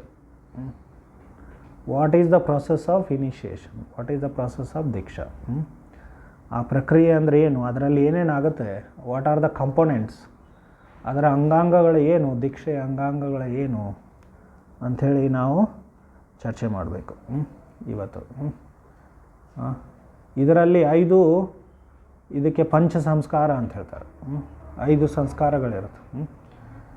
ಸೊ ಈ ಪಂಚರಾತ್ರಿಕ ದೀಕ್ಷಾ ಅಥವಾ ಆಗಮ ದೀಕ್ಷಾ ಅಥವಾ ಇದಕ್ಕೆ ವೈಷ್ಣವಿ ದೀಕ್ಷಾ ಅಂತ ಹೇಳ್ತಾರೆ. ಮತ್ತು ಶ್ರೀ ಸಂಪ್ರದಾಯದಲ್ಲಿ ಇದಕ್ಕೆ ಸಮಾಶ್ರಮ ಅಂತ ಹೇಳ್ತಾರೆ. ಹೀಗೆ ಬೇರೆ ಬೇರೆ ಹೆಸರುಗಳಿರುತ್ತೆ ಇದಕ್ಕೆ, ಅಥವಾ ನಾವು ದೀಕ್ಷೆ ಅಂತ ಅನ್ಬೋದು. ಈ ಪಂಚ ಸಂಸ್ಕಾರಗಳು ಯಾವ್ಯಾವು ಅಂತ ಹೇಳಿ ತಿಳ್ಕೊಳ್ಳೋಣ. ಮೊದಲೇದ್ದೇನು? ತಾಪ ಅಂತ ಹೇಳ್ತಾರೆ. ಮೊದಲೇ ಸಂಸ್ಕಾರ ಯಾವುದು? ದೀಕ್ಷೆಯಲ್ಲಿ ಮೊದಲೇ ಸಂಸ್ಕಾರ ತಾಪ ಅಂಥೇಳಿ. ತಾಪ ಅಂದರೆ ಈ ಭಗವಂತನ ಶಂಖ, ಚಕ್ರ, ಗದಾ, ಪದ್ಮ ಇವೆಲ್ಲ ಚಿಹ್ನೆಗಳಿದೆ ಅಲ್ಲ, ಅದರ ಒಂದು ಕಾಪರ್ ಅಂದರೆ ಇದು ಏನು ತಾಮ್ರದ ಆ ಚಿಹ್ನೆಗಳನ್ನು ನಿಮ್ಮ ಮೇಲೇನೋ ಒತ್ತಲಾಗುತ್ತೆ, ಸುಡ್ತಾ ಇರುತ್ತೆ ಅದು ಅಂತ. ಅದಕ್ಕೆ ತಾಪ ಅಂತ ಹೇಳೋದು. ಬಿಸಿ ಬಿಸಿ ಬಿಸಿ ಬಿಸಿ ಏನು ಮಾಡೋದು, ಅದನ್ನು ಹಂಚು ಅಂತ ಅದನ್ನು ಇದನ್ನು ಮಾಡ್ತಾರೆ, ಅಚ್ಚು ಮಾಡ್ತಾರೆ ಅದಕ್ಕೆ. ಸೊ ಹೀಗೆ ಅದಕ್ಕೆ ತಾಪ ಅಂತ ವಿಧಿ ಅಂತ ಹೇಳ್ತಾರೆ. ಸಾಮಾನ್ಯವಾಗಿ ಸಣ್ಣ ಮಕ್ಕಳಿಗೇನೂ ಇದನ್ನು ಮಾಡ್ತಾರೆ. 8 ವರ್ಷದ ಮಕ್ಕಳಿಗೆ ಅಥವಾ 11 ವರ್ಷ ಮಕ್ಕಳಿಗೆ. ಸೊ ಇದು ಎಲ್ಲ ವರ್ಗದ ಎಲ್ಲ ವಯಸ್ಸಿನ ಜನರಿಗೆ ಇದನ್ನು ಮಾಡ್ತಾರೆ. ಆದರೆ ಚೈತನ್ಯ ಮಹಾಪ್ರಭು ಒಂದು ಏನು ಮಾಡಿದರು, ಇದಕ್ಕೆ ಒಂದು ಕನ್ಸೆಷನ್ ಕೊಟ್ಟರು ಅವರು. ಇದನ್ನು ಮಾಡೋದು ಅವಶ್ಯಕತೆ ಇಲ್ಲ, ಇದು ಕಷ್ಟ ಆಗ್ಬೋದಲ್ಲ ಸಣ್ಣ ಮಕ್ಕಳಿಗೆ ಎಲ್ಲ ವಿಶೇಷವಾಗಿ. ಹಾಗಂಥೇಳಿ ಚೈತನ್ಯ ಮಹಾಪ್ರಭು ಏನು ಮಾಡಿದರು, ನಾವು ಶರೀರದ ಬೇರೆ ಬೇರೆ ಭಾಗಗಳಲ್ಲೇನು ನಾವು ಈ ತಿಲಕ ಅಂಥೇಳಿ ನಾವು ಆ ಭಗವಂತನ ಇದು 2ನೇದರಲ್ಲಿ ಬರುತ್ತೆ ಅದು. ಅದನ್ನು ನಾವು ಗೋಪಿ ಚಂದನದಿಂದ ಏನು ಆ ಮಾರ್ಕಗಳನ್ನು ಮಾಡ್ಕೋಬೋದು, ಆ ಚಿಹ್ನೆಗಳನ್ನು ಮಾಡ್ಕೋಬೋದು ಅಂಥೇಳಿ ಚೈತನ್ಯ ಮಹಾಪ್ರಭು ಸರಳವಾದ ವಿಧಿಯನ್ನು ಹೇಳಿಕೊಟ್ರು. ಇದು ಮೊದಲನೇ ತಾಪ. 2ನೇದು ಪುಂಡ್ರ ಅಥವಾ ಊರ್ಧ್ವ ಪುಂಡ್ರ ಅಂತ ಹೇಳ್ತಾರೆ. ಊರ್ಧ್ವ ಪುಂಡ್ರ ಅಂದರೆ ನಮ್ಮ ದೇಹ ಏನು ಒಂದು ಥರ ದೇವಸ್ಥಾನದ ಥರ ಅದು. ಭಗವಂತನ ಇಲ್ಲಿ ನಮ್ಮ ಹೃದಯದಲ್ಲಿ ಆತ್ಮದ ಜೊತೆ ಪರಮಾತ್ಮ ಇದ್ದೇ ಇರ್ತಾನೆ, ಮತ್ತು ಬೇರೆ ಬೇರೆ ಭಾಗಗಳಲ್ಲಿ ಭಗವಂತನ ಸನ್ನಿಧಿ ಇರುತ್ತೆ. ಅದರ ಅನುಸಾರವಾಗಿ ಏನು ಮಾಡ್ತೀವಿ ನಾವು ಅಲ್ಲಿ ಈ ತಿಲಕ ಧಾರಣೆ ಮಾಡ್ತೀವಿ. ಅದಕ್ಕೆ ಪುಂಡ್ರ ಅಂತ ಹೇಳ್ತಾರೆ. ಈ ಮೇಲೆ ಈ ಥರ ಮೇಲೆ ಏನು ತಿಲಕ ಧಾರಣ ಮಾಡ್ತೀವಲ್ಲ ಇದಕ್ಕೆ ಊರ್ಧ್ವ ಪುಂಡ್ರ. ಊರ್ಧ್ವ ಅಂದರೆ ಮೇಲೆ ಹೋಗೋದು. ಸೊ ಊರ್ಧ್ವ ಪುಂಡ್ರ ಅಂಥೇಳಿ ಹೇಳ್ತಾರೆ. ಮೊದಲು ಎಲ್ಲರೂ ಇದೇ ಥರ, ಅವರೇನಾದರೂ ಶೈವರಿರಲಿ, ಸ್ಮಾರ್ತರಿರಲಿ, ಶಿವಭಕ್ತರಿರಲಿ, ಎಲ್ಲರೂ ಇದೇ ಥರ ಏನು ಮಾಡ್ತಿದ್ರು, ತಿಲಕ ಧಾರಣೆ ಮಾಡ್ತಿದ್ರು. ಆಮೇಲೆ ಅದು ಸ್ವಲ್ಪ ಬದಲಾವಣೆ ಆಗಿದೆ. ಇದು 2ನೇದು. ಇದಕ್ಕೆ ಊರ್ಧ್ವ ಪುಂಡ್ರ. ಮತ್ತು ಏನೋ 12 ಭಾಗಗಳಲ್ಲಿ, ನಮ್ಮ ದೇಹದ 12 ಭಾಗಗಳಲ್ಲಿ ಏನು ಈ ಊರ್ಧ್ವಪುಂಡ್ರವನ್ನು ಧಾರಣೆ ಮಾಡ್ತೀವಿ ನಾವು, ತಿಲಕವನ್ನು ಧಾರಣೆ ಮಾಡ್ತೀವಿ. ಇದು 2ನೇ ಸಂಸ್ಕಾರ, 5 ಸಂಸ್ಕಾರಗಳಲ್ಲಿ. ಸೊ ನಾನು ಮೊದಲೇದೇನು ಹೇಳಿದೆ, ತಾಪವನ್ನೇ ಚೈತನ್ಯ ಮಹಾಪ್ರಭು ಈ 2 ಮಿಕ್ಸ್ ಮಾಡಿದರು. ಸೊ ನಾವು ತಾಪ ಮಾಡೋದಕ್ಕಿಂತ ಏನು ಮಾಡೋದು, ಇದನ್ನೇ ತಿಲಕವನ್ನು, ಊರ್ಧ್ವಪುಂಡ್ರವನ್ನು ಏನು 12 ಭಾಗಗಳಲ್ಲಿ ನಾವು ಹಚ್ಕೋಬೋದು. ಇದಕ್ಕೆ ಪ್ರತಿಯೊಂದು ಭಾಗದಲ್ಲಿ ಹಚ್ಚುವಾಗೇನು ಒಂದೊಂದು ಮಂತ್ರವನ್ನು ಹೇಳಬೇಕಾಗತ್ತೆ. ಇಲ್ಲಿ ತಲೆ ಮೇಲೆ ಲಲಾಟೆ ಕೇಶವಂ ಧ್ಯಾಯೇತ್ ಅಂಥೇಳಿ. ಲಲಾಟೆ ಅಂದರೆ ನಮ್ಮ ಹಣೆ ಇರುತ್ತಲ್ಲ, ಅಲ್ಲಿ ಹಣೆ ಮೇಲೆ ಕೇಶವನನ್ನು ನೆನೆಸ್ಕೋಬೇಕು ಅಂಥೇಳಿ. ಅದಕ್ಕೋಸ್ಕರ ಇಲ್ಲಿ ಈ ತಿಲಕವನ್ನು ಧಾರಣೆ ಮಾಡುವಾಗ ನಾವು ಓಂ ಕೇಶವಾಯ ನಮಃ ಅಂತ ಹೇಳ್ತೀವಿ. ಅದಾದ ನಂತರ ವಕ್ಷಸ್ಥಲದಲ್ಲೇನು ನಾರಾಯಣಾಯ ನಮಃ. ಆಮೇಲೆ ಇದು ನಮ್ಮ ಎದೆ ಮೇಲೆ ಅಲ್ಲಿ ಮಾಧವಾಯ ನಮಃ, ಆಮೇಲೆ ಗೋವಿಂದಾಯ ನಮಃ, ಕಂಠ. ಮತ್ತು ಈ ರೈಟ್ ಸೈಡ್, ವಕ್ಷಸ್ಥಲದ ರೈಟ್ ಸೈಡ್ನಲ್ಲಿ ಏನು ಅಲ್ಲಿ ವಿಷ್ಣುವೇ ನಮಃ. ಹೀಗೆ 12 ಓಂ ಗೋವಿಂದಾಯ ನಮಃ, ಓಂ ವಿಷ್ಣುವೇ ನಮಃ. ಆಮೇಲೆ ಇದು ಅಂದ ಆಮ್ ಅಂದರೆ ಇಲ್ಲಿ ನಮ್ಮ ಭುಜ ಅಂತೀವಲ್ಲ ನಾವು, ಭುಜ ಅಲ್ಲ ಏನು ತೋಳು. ಸೊ ಈ ಆಮ್ ಮೇಲೆ ಬಲ ತೋಳು ಮೇಲೆ ನಾವು how it is, that verse is there, lalate keshamam dhyayet narayanam vakshastale. How it starts, anyway ಒಂದು ಸುಂದರವಾದ ಶ್ಲೋಕ ಇದೆ ಅದು. You remember where it is quoted? We can actually should have, anyway ನಾನು ಪ್ರಿಪೇರ್ ಮಾಡಲಿಲ್ಲ. ಅದು ತುಂಬ, ಇನ್ನೊಮ್ಮೆ ಇದ್ರ ಬಗ್ಗೆ ನಾವು ಚರ್ಚೆ ಮಾಡೋಣ. ಅದು ತುಂಬ ಸುಂದರವಾದ ಶ್ಲೋಕ ಇದೆ ಅದು.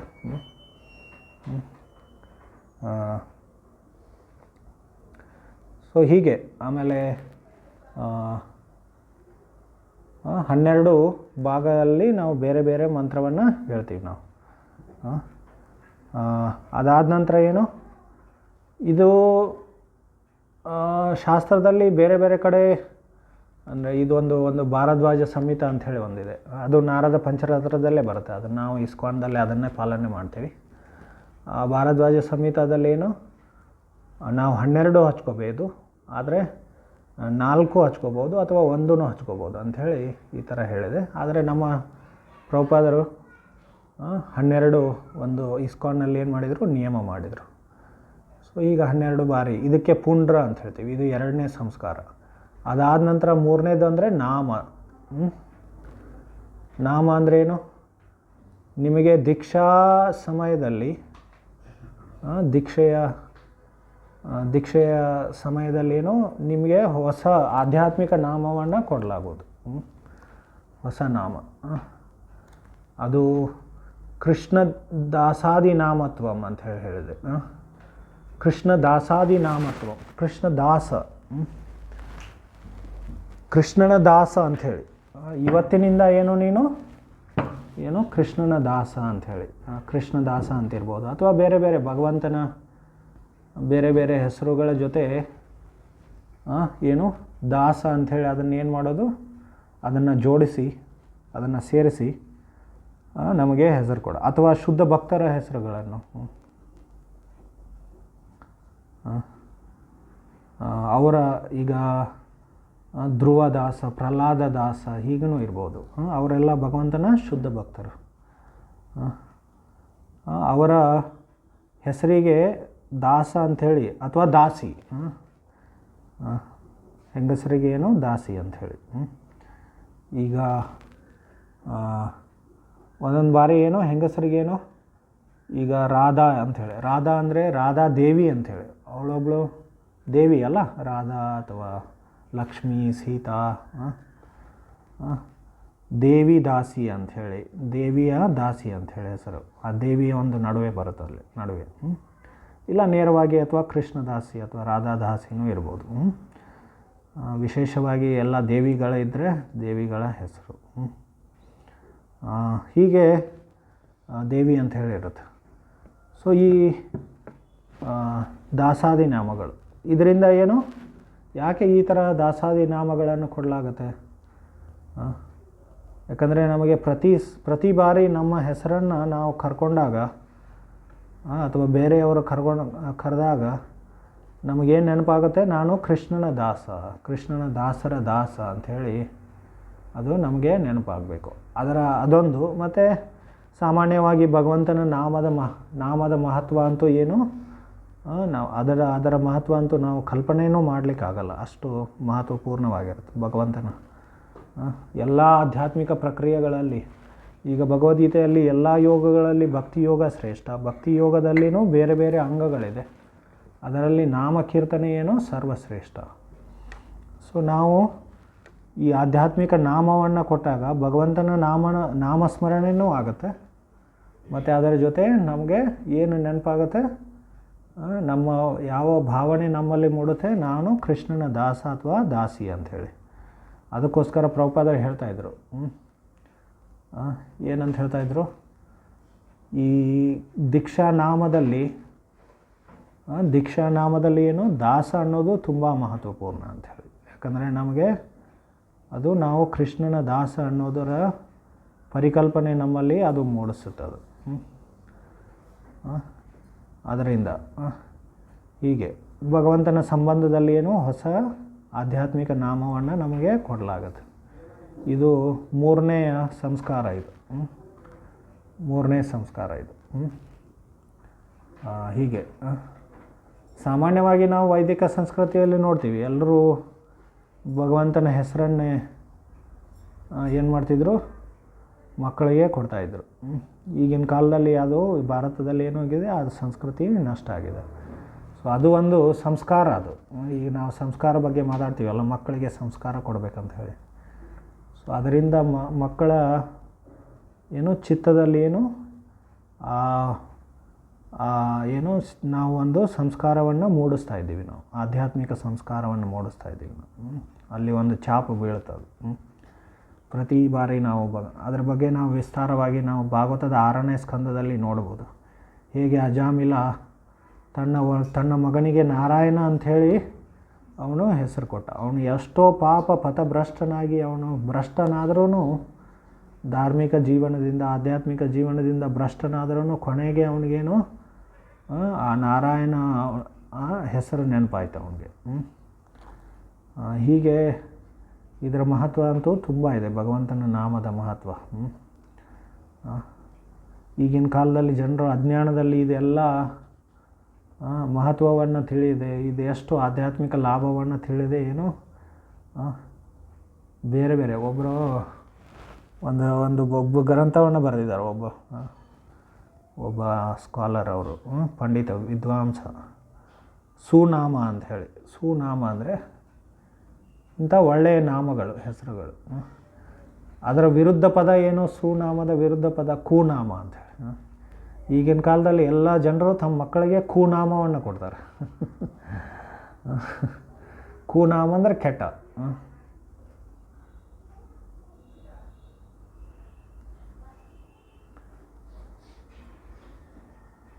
ಅಲ್ಲಿ ಏನಿದೆ, ಅದು ಅಮರಕೋಶದಲ್ಲಿ ಆ ಕು ಶಬ್ದದ ಅರ್ಥ ಕುತ್ಸಿದೇತ,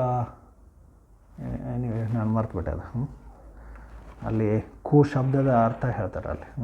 ಅಮರಕೋಶ ಅಂದರೆ ಅದು ಒಂದು ಸಂಸ್ಕೃತ ಡಿಕ್ಷನರಿ, ಅದು ಶಬ್ದಕೋಶ. ಹೀಗೆ ಎಲ್ಲರೂ ಜನರು ಏನೋ ಕುನಾಮವನ್ನು ಕೊಟ್ಬಿಡ್ತಾರೆ. ಎನಿವೆ, ಈಗ ದೀಕ್ಷಾ ಸಂಸ್ಕಾರದಲ್ಲಿ ಏನು 3ನೇ ಸಂಸ್ಕಾರ ಯಾವುದು, ನಾಮ ಅಂಥೇಳಿ. ನಮಗೆ ಒಂದು ಆಧ್ಯಾತ್ಮಿಕ ನಾಮ, ಕೃಷ್ಣ ದಾಸಾದಿ ನಾಮತ್ವ ನಾಮವನ್ನು ಕೊಡಲಾಗುತ್ತೆ. ಆಮೇಲೆ 4ನೇದು ಮಂತ್ರ. ಆವಾಗ ಮಂತ್ರ ಕೊಡಲಾಗುತ್ತೆ ನಮಗೆ. ಪಂಚರಾತ್ರಗಳಲ್ಲಿ ಏನು ಎಷ್ಟೋ ಮಂತ್ರಗಳಿದೆ, ಆ ಮಂತ್ರಗಳನ್ನು ಕೊಡಲಾಗುತ್ತೆ. ಈಗ ನಾವು ಹರೇ ಕೃಷ್ಣ ಮಂತ್ರವನ್ನು ನಾವು ಜಪ ಮಾಡ್ತೀವಿ, ಹೌದಲ್ಲ? ನಿಮಗೆ ಇನ್ನೂ ದೀಕ್ಷೆ, ಎಷ್ಟೋ ಜನ ನಮಗೆ ಆಲ್ಮೋಸ್ಟ್ ಇಲ್ಲಿ ಕೂತವ್ರಿಗೆಲ್ಲರಿಗೂ ಏನು ಒಂದು 2-3-4 ಜನ ಬಿಟ್ಟರೆ ಯಾರಿಗೂ ದೀಕ್ಷೆ ಆಗಿಲ್ಲ, ಆದರೂ ಈ ಮಂತ್ರವನ್ನು ಜಪ ಮಾಡ್ತಾ ಇದ್ದಾರೆ. ಅದು ಹೇಗೆ ಅಂಥೇಳಿ ನಮಗೆ ಪ್ರಶ್ನೆ ಬರ್ಬೋದಲ್ಲ. ಈ ಹರೇ ಕೃಷ್ಣ ಮಂತ್ರ ಏನಿದೆ ಅಲ್ಲ, ಇದಕ್ಕೆ ದೀಕ್ಷೆಯ ಅವಶ್ಯಕತೆಯೂ ಇಲ್ಲ. ಇದೊಂದು ಭಿನ್ನವಾದದ್ದು. ಯಾಕಂದರೆ ಇದರಲ್ಲಿ ಭಗವಂತನ ನಾಮಗಳಿದೆ. ಭಗವಂತನ ನಾಮ ಬಿಟ್ಟರೆ ಇನ್ನೂ ಏನೂ ಇಲ್ಲ. ಭಗವಂತನ ನಾಮವನ್ನು ಉಚ್ಚಾರಣೆ ಮಾಡಲಿಕ್ಕೆ ಯಾವುದೇ ದೀಕ್ಷೆಯ ಅವಶ್ಯಕತೆ ಇಲ್ಲ ಅಂತ ಹೇಳ್ತಾರೆ. ಆದರೆ ಅದನ್ನು ಶುದ್ಧ ಭಕ್ತರ ಬಾಯಿಯಿಂದ ನಾವು ಕೇಳಬೇಕು. ಶುದ್ಧ ಭಕ್ತರ ಮುಖದಿಂದ ನಾವು ಅದನ್ನು ಕೇಳಬೇಕು. ಆ ಶಬ್ದ ನಮ್ಮ ಶುದ್ಧ ಭಕ್ತರಿಂದ ನಮ್ಮ ಕಿವಿಯಲ್ಲಿ ಹೋದಾಗ ಅದೇನು ಅಂದರೆ ಅದು ಬರೀ ನಾವೇ ಶುದ್ಧ ಭಕ್ತರಿಗೆ ನಾವು ಏನು ನಮ್ಮ ಸಂಬಂಧ ಇರಲಿಲ್ಲ ಅಂದರೆ ದೀಕ್ಷೆಯ ಮೂಲಕ ಅಥವಾ ಬೇರೆ ಬೇರೆ ರೀತಿಯಿಂದ ಅವರನ್ನು ಸೇವೆ ಮಾಡುವುದರ ಅವರಿಂದ ಕೇಳುವುದರ ಮೂಲಕ ಆ ಸಂಬಂಧ ಇರಲಿಲ್ಲ ಅಂದರೆ ಏನಾಗ್ಬಿಡುತ್ತೆ, ನಾವು ಮಾಡುವ ಜಪ, ನಾವು ನಾಮಸ್ಮರಣೆ ಮಾಡುವ ಅಲ್ಲಿ ಭಗವಂತನ ಸನ್ನಿಧಿ ಆಗಿರಲ್ಲ. ಅಂದರೆ ಶುದ್ಧ ಭಕ್ತರು ಏನು ಭಗವಂತನನ್ನು ಕರೆದು ಅಲ್ಲಿ ಏನು ಮಾಡ್ತಾರೆ, ಸ್ಥಾಪನೆ ಮಾಡ್ತಾರೆ ಅಲ್ಲಿ. ಅದು ಏನು ಬಾಹ್ಯ ಅಕ್ಷರ ಆಗಿಬಿಡುತ್ತೆ ಅದು. ಹೀಗೆ ಅದಕ್ಕೋಸ್ಕರ ಈ ಮಂತ್ರವನ್ನು ಇದಕ್ಕೆ ಏನು ಅವಶ್ಯಕತೆ ಏನು, ಬರೀ ನಾವು ಶುದ್ಧ ಭಕ್ತರಿಂದ ಕೇಳಬೇಕಷ್ಟೆ. ಅದೇ ಯಾವುದೇ ದೀಕ್ಷೆಯ ಅವಶ್ಯಕತೆ ಇಲ್ಲ. ಹೀಗೆ ಅದು ದೀಕ್ಷೆನೂ ಒಂದು ಪ್ರಕ್ರಿಯೆ. ಇದಕ್ಕೆ ಇದು ಭಗವಂತನನ್ನು ಅಂದರೆ ಶುದ್ಧ ಭಕ್ತರ ಜೊತೆ ನಮ್ಮ ಸಂಬಂಧವನ್ನು ಸ್ಥಾಪನೆ ಮಾಡುವುದಕ್ಕೆ ಅದು ಒಂದು ಪ್ರಕ್ರಿಯೆ. ಎನಿವೆ ಹೇಳುವುದು ಏನಂದರೆ ಹರೇ ಕೃಷ್ಣ ಮಹಾಮಂತ್ರವನ್ನು ಯಾರಾದರೂ ಮಾಡ್ಬೋದು. ಯಾಕಂದರೆ ಭಗವಂತನ ನಾವು ಅಲ್ಲಿ ಒಂದು ಬಾರಿ ನಾವು ಇಲ್ಲಿ ಏನು ಚರ್ಚೆ ಮಾಡಿದ್ದೀವಿ, ನಾಮತತ್ವದ ಬಗ್ಗೆ ಚರ್ಚೆ ಮಾಡ್ತೀವಿ. ನಾಮತತ್ವ ಅಂದರೆ ಏನು, ಭಗವಂತನ ನಾಮ ಅಂದರೆ ಏನು, ಅದು ಪದ್ಮಪುರಾಣದಿಂದ ಒಂದು ಶ್ಲೋಕವನ್ನು ನಾನು ಹೇಳಿದ್ದೆ. ಏನು, ನಾಮ ಚಿಂತಾಮಣಿ ಕೃಷ್ಣಶ್ಚೈತನ್ಯ ರಸ ವಿಗ್ರಹ ಪೂರ್ಣ ಶುದ್ಧೋ ನಿತ್ಯ ಮುಕ್ತೋ ಅಭಿನ್ನತ್ವಂ ನಾಮ ನಾಮಿನಃ. ಭಗವಂತನಿಂದ ಅಭಿನ್ನವಾದದ್ದಕ್ಕೋಸ್ಕರ ನಾಮ ಅನ್ನೋದೇನು, ನಾಮನಾಮಿ, ನಾಮ ಮತ್ತು ನಾಮಿ ಎರಡು ಏನು ಅಭಿನ್ನ. ಭಗವಂತ ನಾಮಿ, ಭಗವಂತನ ನಾಮ ಭಗವಂತನಿಂದ ಅಭಿನ್ನ ಅಂಥೇಳಿ ಇಲ್ಲಿ ಅಭಿನ್ನತ್ವಂ ನಾಮ ನಾಮಿನೋ ಅಂಥೇಳಿ ಹೇಳಲಾಗಿದೆ. ಅದಕ್ಕೋಸ್ಕರ ನಾಮ ಅನ್ನೋದೇನಿದೆ ಅದು ಸ್ವಯಂ ಭಗವಂತನೇ. ಅಭಿನ್ನ ಅಂದರೆ ಏನು, ಭಗವಂತನೇ. ಭಗವಂತನಿಗೆ ನಾವು ಯಾವುದೇ ವೈದಿಕ ನಿಯಮಗಳನ್ನು ಅನ್ವಯ ಮಾಡಲಿಕ್ಕಾಗಲ್ಲ. ಅವನೇ ವೈದಿಕ ನಿಯಮಗಳನ್ನು ಮಾಡಿದವನು, ಅವನೇ ವೇದ ಜ್ಞಾನವನ್ನು ಕೊಟ್ಟಿದ್ದನು. ವೈದಿಕ ನಿಯಮಗಳೆಲ್ಲ ಭಗವಂತನಿಂದ ಬಂದಿದ್ದು. ಅಥವಾ ಈಗ ನಾವು ಪಂಚರಾತ್ರಗಳ ಆಗಮ ಅಥವಾ ಪಂಚರಾತ್ರಿಕ ತಂತ್ರ ವಿಧಿ ಬಗ್ಗೆ ಚರ್ಚೆ ಮಾಡ್ತಿದ್ದೀವಿ. ಇದನ್ನು ಯಾರು ಕೊಟ್ಟಿದ್ದು, ಭಗವಂತನೇ ಕೊಟ್ಟಿದ್ದು. ಸೊ ಅದಕ್ಕೋಸ್ಕರ ನಿಯಾಮಕನಿಗೆ ಯಾವುದೇ ನಿಯಮ ಇರಲ್ಲ. ಸೊ ಭಗವಂತನ ನಾಮವನ್ನು ಉಚ್ಚಾರಣೆ ಮಾಡಲಿಕ್ಕೆ ಇದು ಹರೇ ಕೃಷ್ಣ ಮಹಾಮಂತ್ರವನ್ನು ನಾವು ದೀಕ್ಷೆಗಿಂತ ಮುಂಚೆನೂ ನಾವು ಏನು ಮಾಡ್ಬೋದು. ಮತ್ತು ನಾವು ಏನು ಹರೇ ಕೃಷ್ಣ ಮಂತ್ರವನ್ನು ಮಾಡ್ತೀವಲ್ಲ ಅದು ನಮ್ಮನ್ನು ದೀಕ್ಷೆಯ ಹಂತಕ್ಕೆ ಕರ್ಕೊಂಡು ಬರುತ್ತದು. ನಾವು ಮೊದಲು ದೀಕ್ಷೆಗಿಂತ ಮುಂಚೆ ನಾವು ಏನೇನೋ ಇಲ್ಲಿ ಭಕ್ತಿ ಸೇವೆ ಮಾಡ್ತೀವಿ, ನಾಮಸ್ಮರಣೆ ಅಥವಾ ಭಕ್ತಿ ಸೇವೆ, ನಾಮ ಸಂಕೀರ್ತನೆ ಏನೆಲ್ಲ ಮಾಡ್ತೀವಲ್ಲ, ನಾಮ ಸಂಕೀರ್ತನೆ ಎಲ್ಲ ಮಾಡ್ತೀವಲ್ಲ, ಅದು ದೀಕ್ಷೆಯ ಹಂತಕ್ಕೆ ನಮ್ಮನ್ನು ಕರ್ಕೊಂಡು ಬರುತ್ತದು. ಹೌದಲ್ಲ? ಆಮೇಲೆ ಅದರಿಂದ ನಾವು ಮುಂದುವರಿತೀವಿ. ಸೊ ಹೀಗೆ ನಾಲ್ಕನೇದೇನು ಮಂತ್ರ, ನಮಗೆ ಕೃಷ್ಣ ಮಂತ್ರವನ್ನು ಕೊಡಲಾಗುತ್ತೆ. ಬೇರೆ ಬೇರೆ ಮಂತ್ರಗಳಿದೆ, ಕೃಷ್ಣ ಮಂತ್ರಗಳಿದೆ, ಅದನ್ನು ಕೊಡಲಾಗುತ್ತೆ. ಅದಕ್ಕೆ ಏನಂತಾರೆ, ಮಂತ್ರ ಅಂತ ಹೇಳ್ತಾರೆ. ಅದಾದ ನಂತರ ಐದನೇದೇನು ಇಜ್ಜ ಅಂಥೇಳಿ, ಐದನೇ ಸಂಸ್ಕಾರ. ಇಜ್ಜ ಅಂದರೆ ಏನು, ಆರಾಧನೆ ಮಾಡೋದು, ವರ್ಷಿಪಿಂಗ್, ಪೂಜೆ ಆರಾಧನೆಗೆ ಇಜ್ಜ ಅಂತ ಹೇಳ್ತಾರೆ. ಆವಾಗ ನಮಗೇನು, ಗುರು ನಮಗೆ ವಿಗ್ರಹವನ್ನು ಕೊಡ್ತಾರೆ, ಮೂರ್ತಿ ಅಥವಾ ವಿಗ್ರಹವನ್ನು ಕೊಡ್ತಾರೆ. ಆ ದೀಕ್ಷೆ ಆದ ನಂತರ ಆ ವಿಗ್ರಹವನ್ನು ಆರಾಧನೆ ಮಾಡಲಿಕ್ಕೆ ಏನೋ ಅವಶ್ಯಕ ಮಂತ್ರಗಳನ್ನು ಕೊಡ್ತಾರೆ ಅವರು. ಹೀಗೆ ನಾವೇನು ಮಾಡ್ತೀವಿ, ಆ ಇಜ್ಜೆ ಅಂದರೆ ಆ ವಿಗ್ರಹವನ್ನು ಸೇವೆ ಅಥವಾ ಆರಾಧನೆಯನ್ನು ಮಾಡ್ತೀವಿ ನಾವು. ಇದು 5ನೇದು.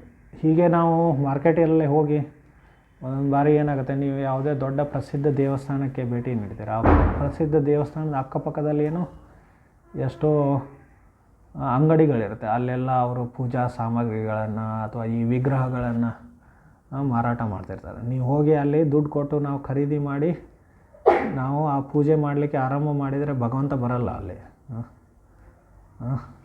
ಅದೊಂದು ಮೂರ್ತಿ ಆಗಿಬಿಡುತ್ತೆ, ಅದು ಮೂರ್ತಿ ಪೂಜೆ ಆಗಿಬಿಡುತ್ತೆ. ವಿಗ್ರಹ ಸೇವೆ ಅಂದರೆ ಏನು, ಗುರುಗಳು ನಮಗೇನು ಮಾಡ್ತಾರೆ, ಆ ಮೂರ್ತಿಯನ್ನು ಕೊಡ್ತಾರೆ ಅಥವಾ ನಮ್ಮ ವಿಗ್ರಹವನ್ನು ಕೊಡ್ತಾರೆ. ಅವರು ಅನುಮತಿಯಿಂದ ನಾವು ಏನು ಮಾಡ್ತೀವಿ, ಆ ಸೇವೆಯಲ್ಲಿ ತೊಡಗ್ತೀವಿ. ಅದರ ಅವಶ್ಯಕತೆ ಎಲ್ಲ ಪ್ರೊಸೀಜರ್ಸ್, ಆ ಪೂಜಾ ವಿಧಾನವನ್ನು ಅಥವಾ ಮಂತ್ರಗಳನ್ನು ಗುರುವಿನಿಂದ ತಗೊಂಡು ನಾವು ಮಾಡ್ತೀವಿ. ಒಂದೊಂದು ಬಾರಿ ಈಗ ಭಾರತದಲ್ಲಿ ಏನಿತ್ತು, ಪಾರಂಪರಿಕವಾಗಿ ನಮ್ಮ ಮನೆಯಲ್ಲಿ ನಮ್ಮ ತಂದೆ ತಾಯಿಗಳು ಅದನ್ನು ಪೂಜೆ ಮಾಡ್ತಿದ್ರು. ಅವರಿಂದ ನಮಗೆ ಬರುತ್ತೆ, ನಮ್ಮಿಂದ ನಮ್ಮ ಮಕ್ಕಳಿಗೆ ಬರುತ್ತೆ. ಮತ್ತು ಅದೊಂದು, ಈಗ ನಾವು ಯಾವಾಗಲೂ ಮನೆಯಲ್ಲಿ ವಿಗ್ರಹವನ್ನು ಇಡಬೇಕಂದ್ರೆ ಮುಂದಿನ ಪೀಳಿಗೆಗಳು ಇದರ ಸೇವೆ ಮಾಡ್ತಾರಾ ಏನಿಲ್ಲ ಅಂತ ನೋಡ್ಕೋಬೇಕು ಅದನ್ನು. ಹಾಗೆ ಹೋಯ್ತು, ನಮ್ಮದಾದ ನಂತರ ಮುಗಿದು ಹೋಯ್ತು, ಆ ಥರ ಅಲ್ಲ. ಈಗೇನಾಯಿತು, ಭಾರತದಲ್ಲಿ ಎಷ್ಟೋ ಬಾರಿ ಈ ಜನರೆಲ್ಲ, ವಿಶೇಷವಾಗಿ ಬ್ರಾಹ್ಮಣ ಕುಲದಲ್ಲಿ ಹುಟ್ಟಿದವರು, ಅವರ ಪಾರಂಪರಿಕವಾಗಿ ಅವರ ಪರಿವಾರದಲ್ಲಿ, ಅವರ ಕುಲದಲ್ಲಿ ಇವೆಲ್ಲ ವಿಗ್ರಹಗಳು ಬರ್ತಿತ್ತು, ಶಾಲಿಗ್ರಾಮ ಶಿಲೆಗಳು ಬರ್ತಿತ್ತು.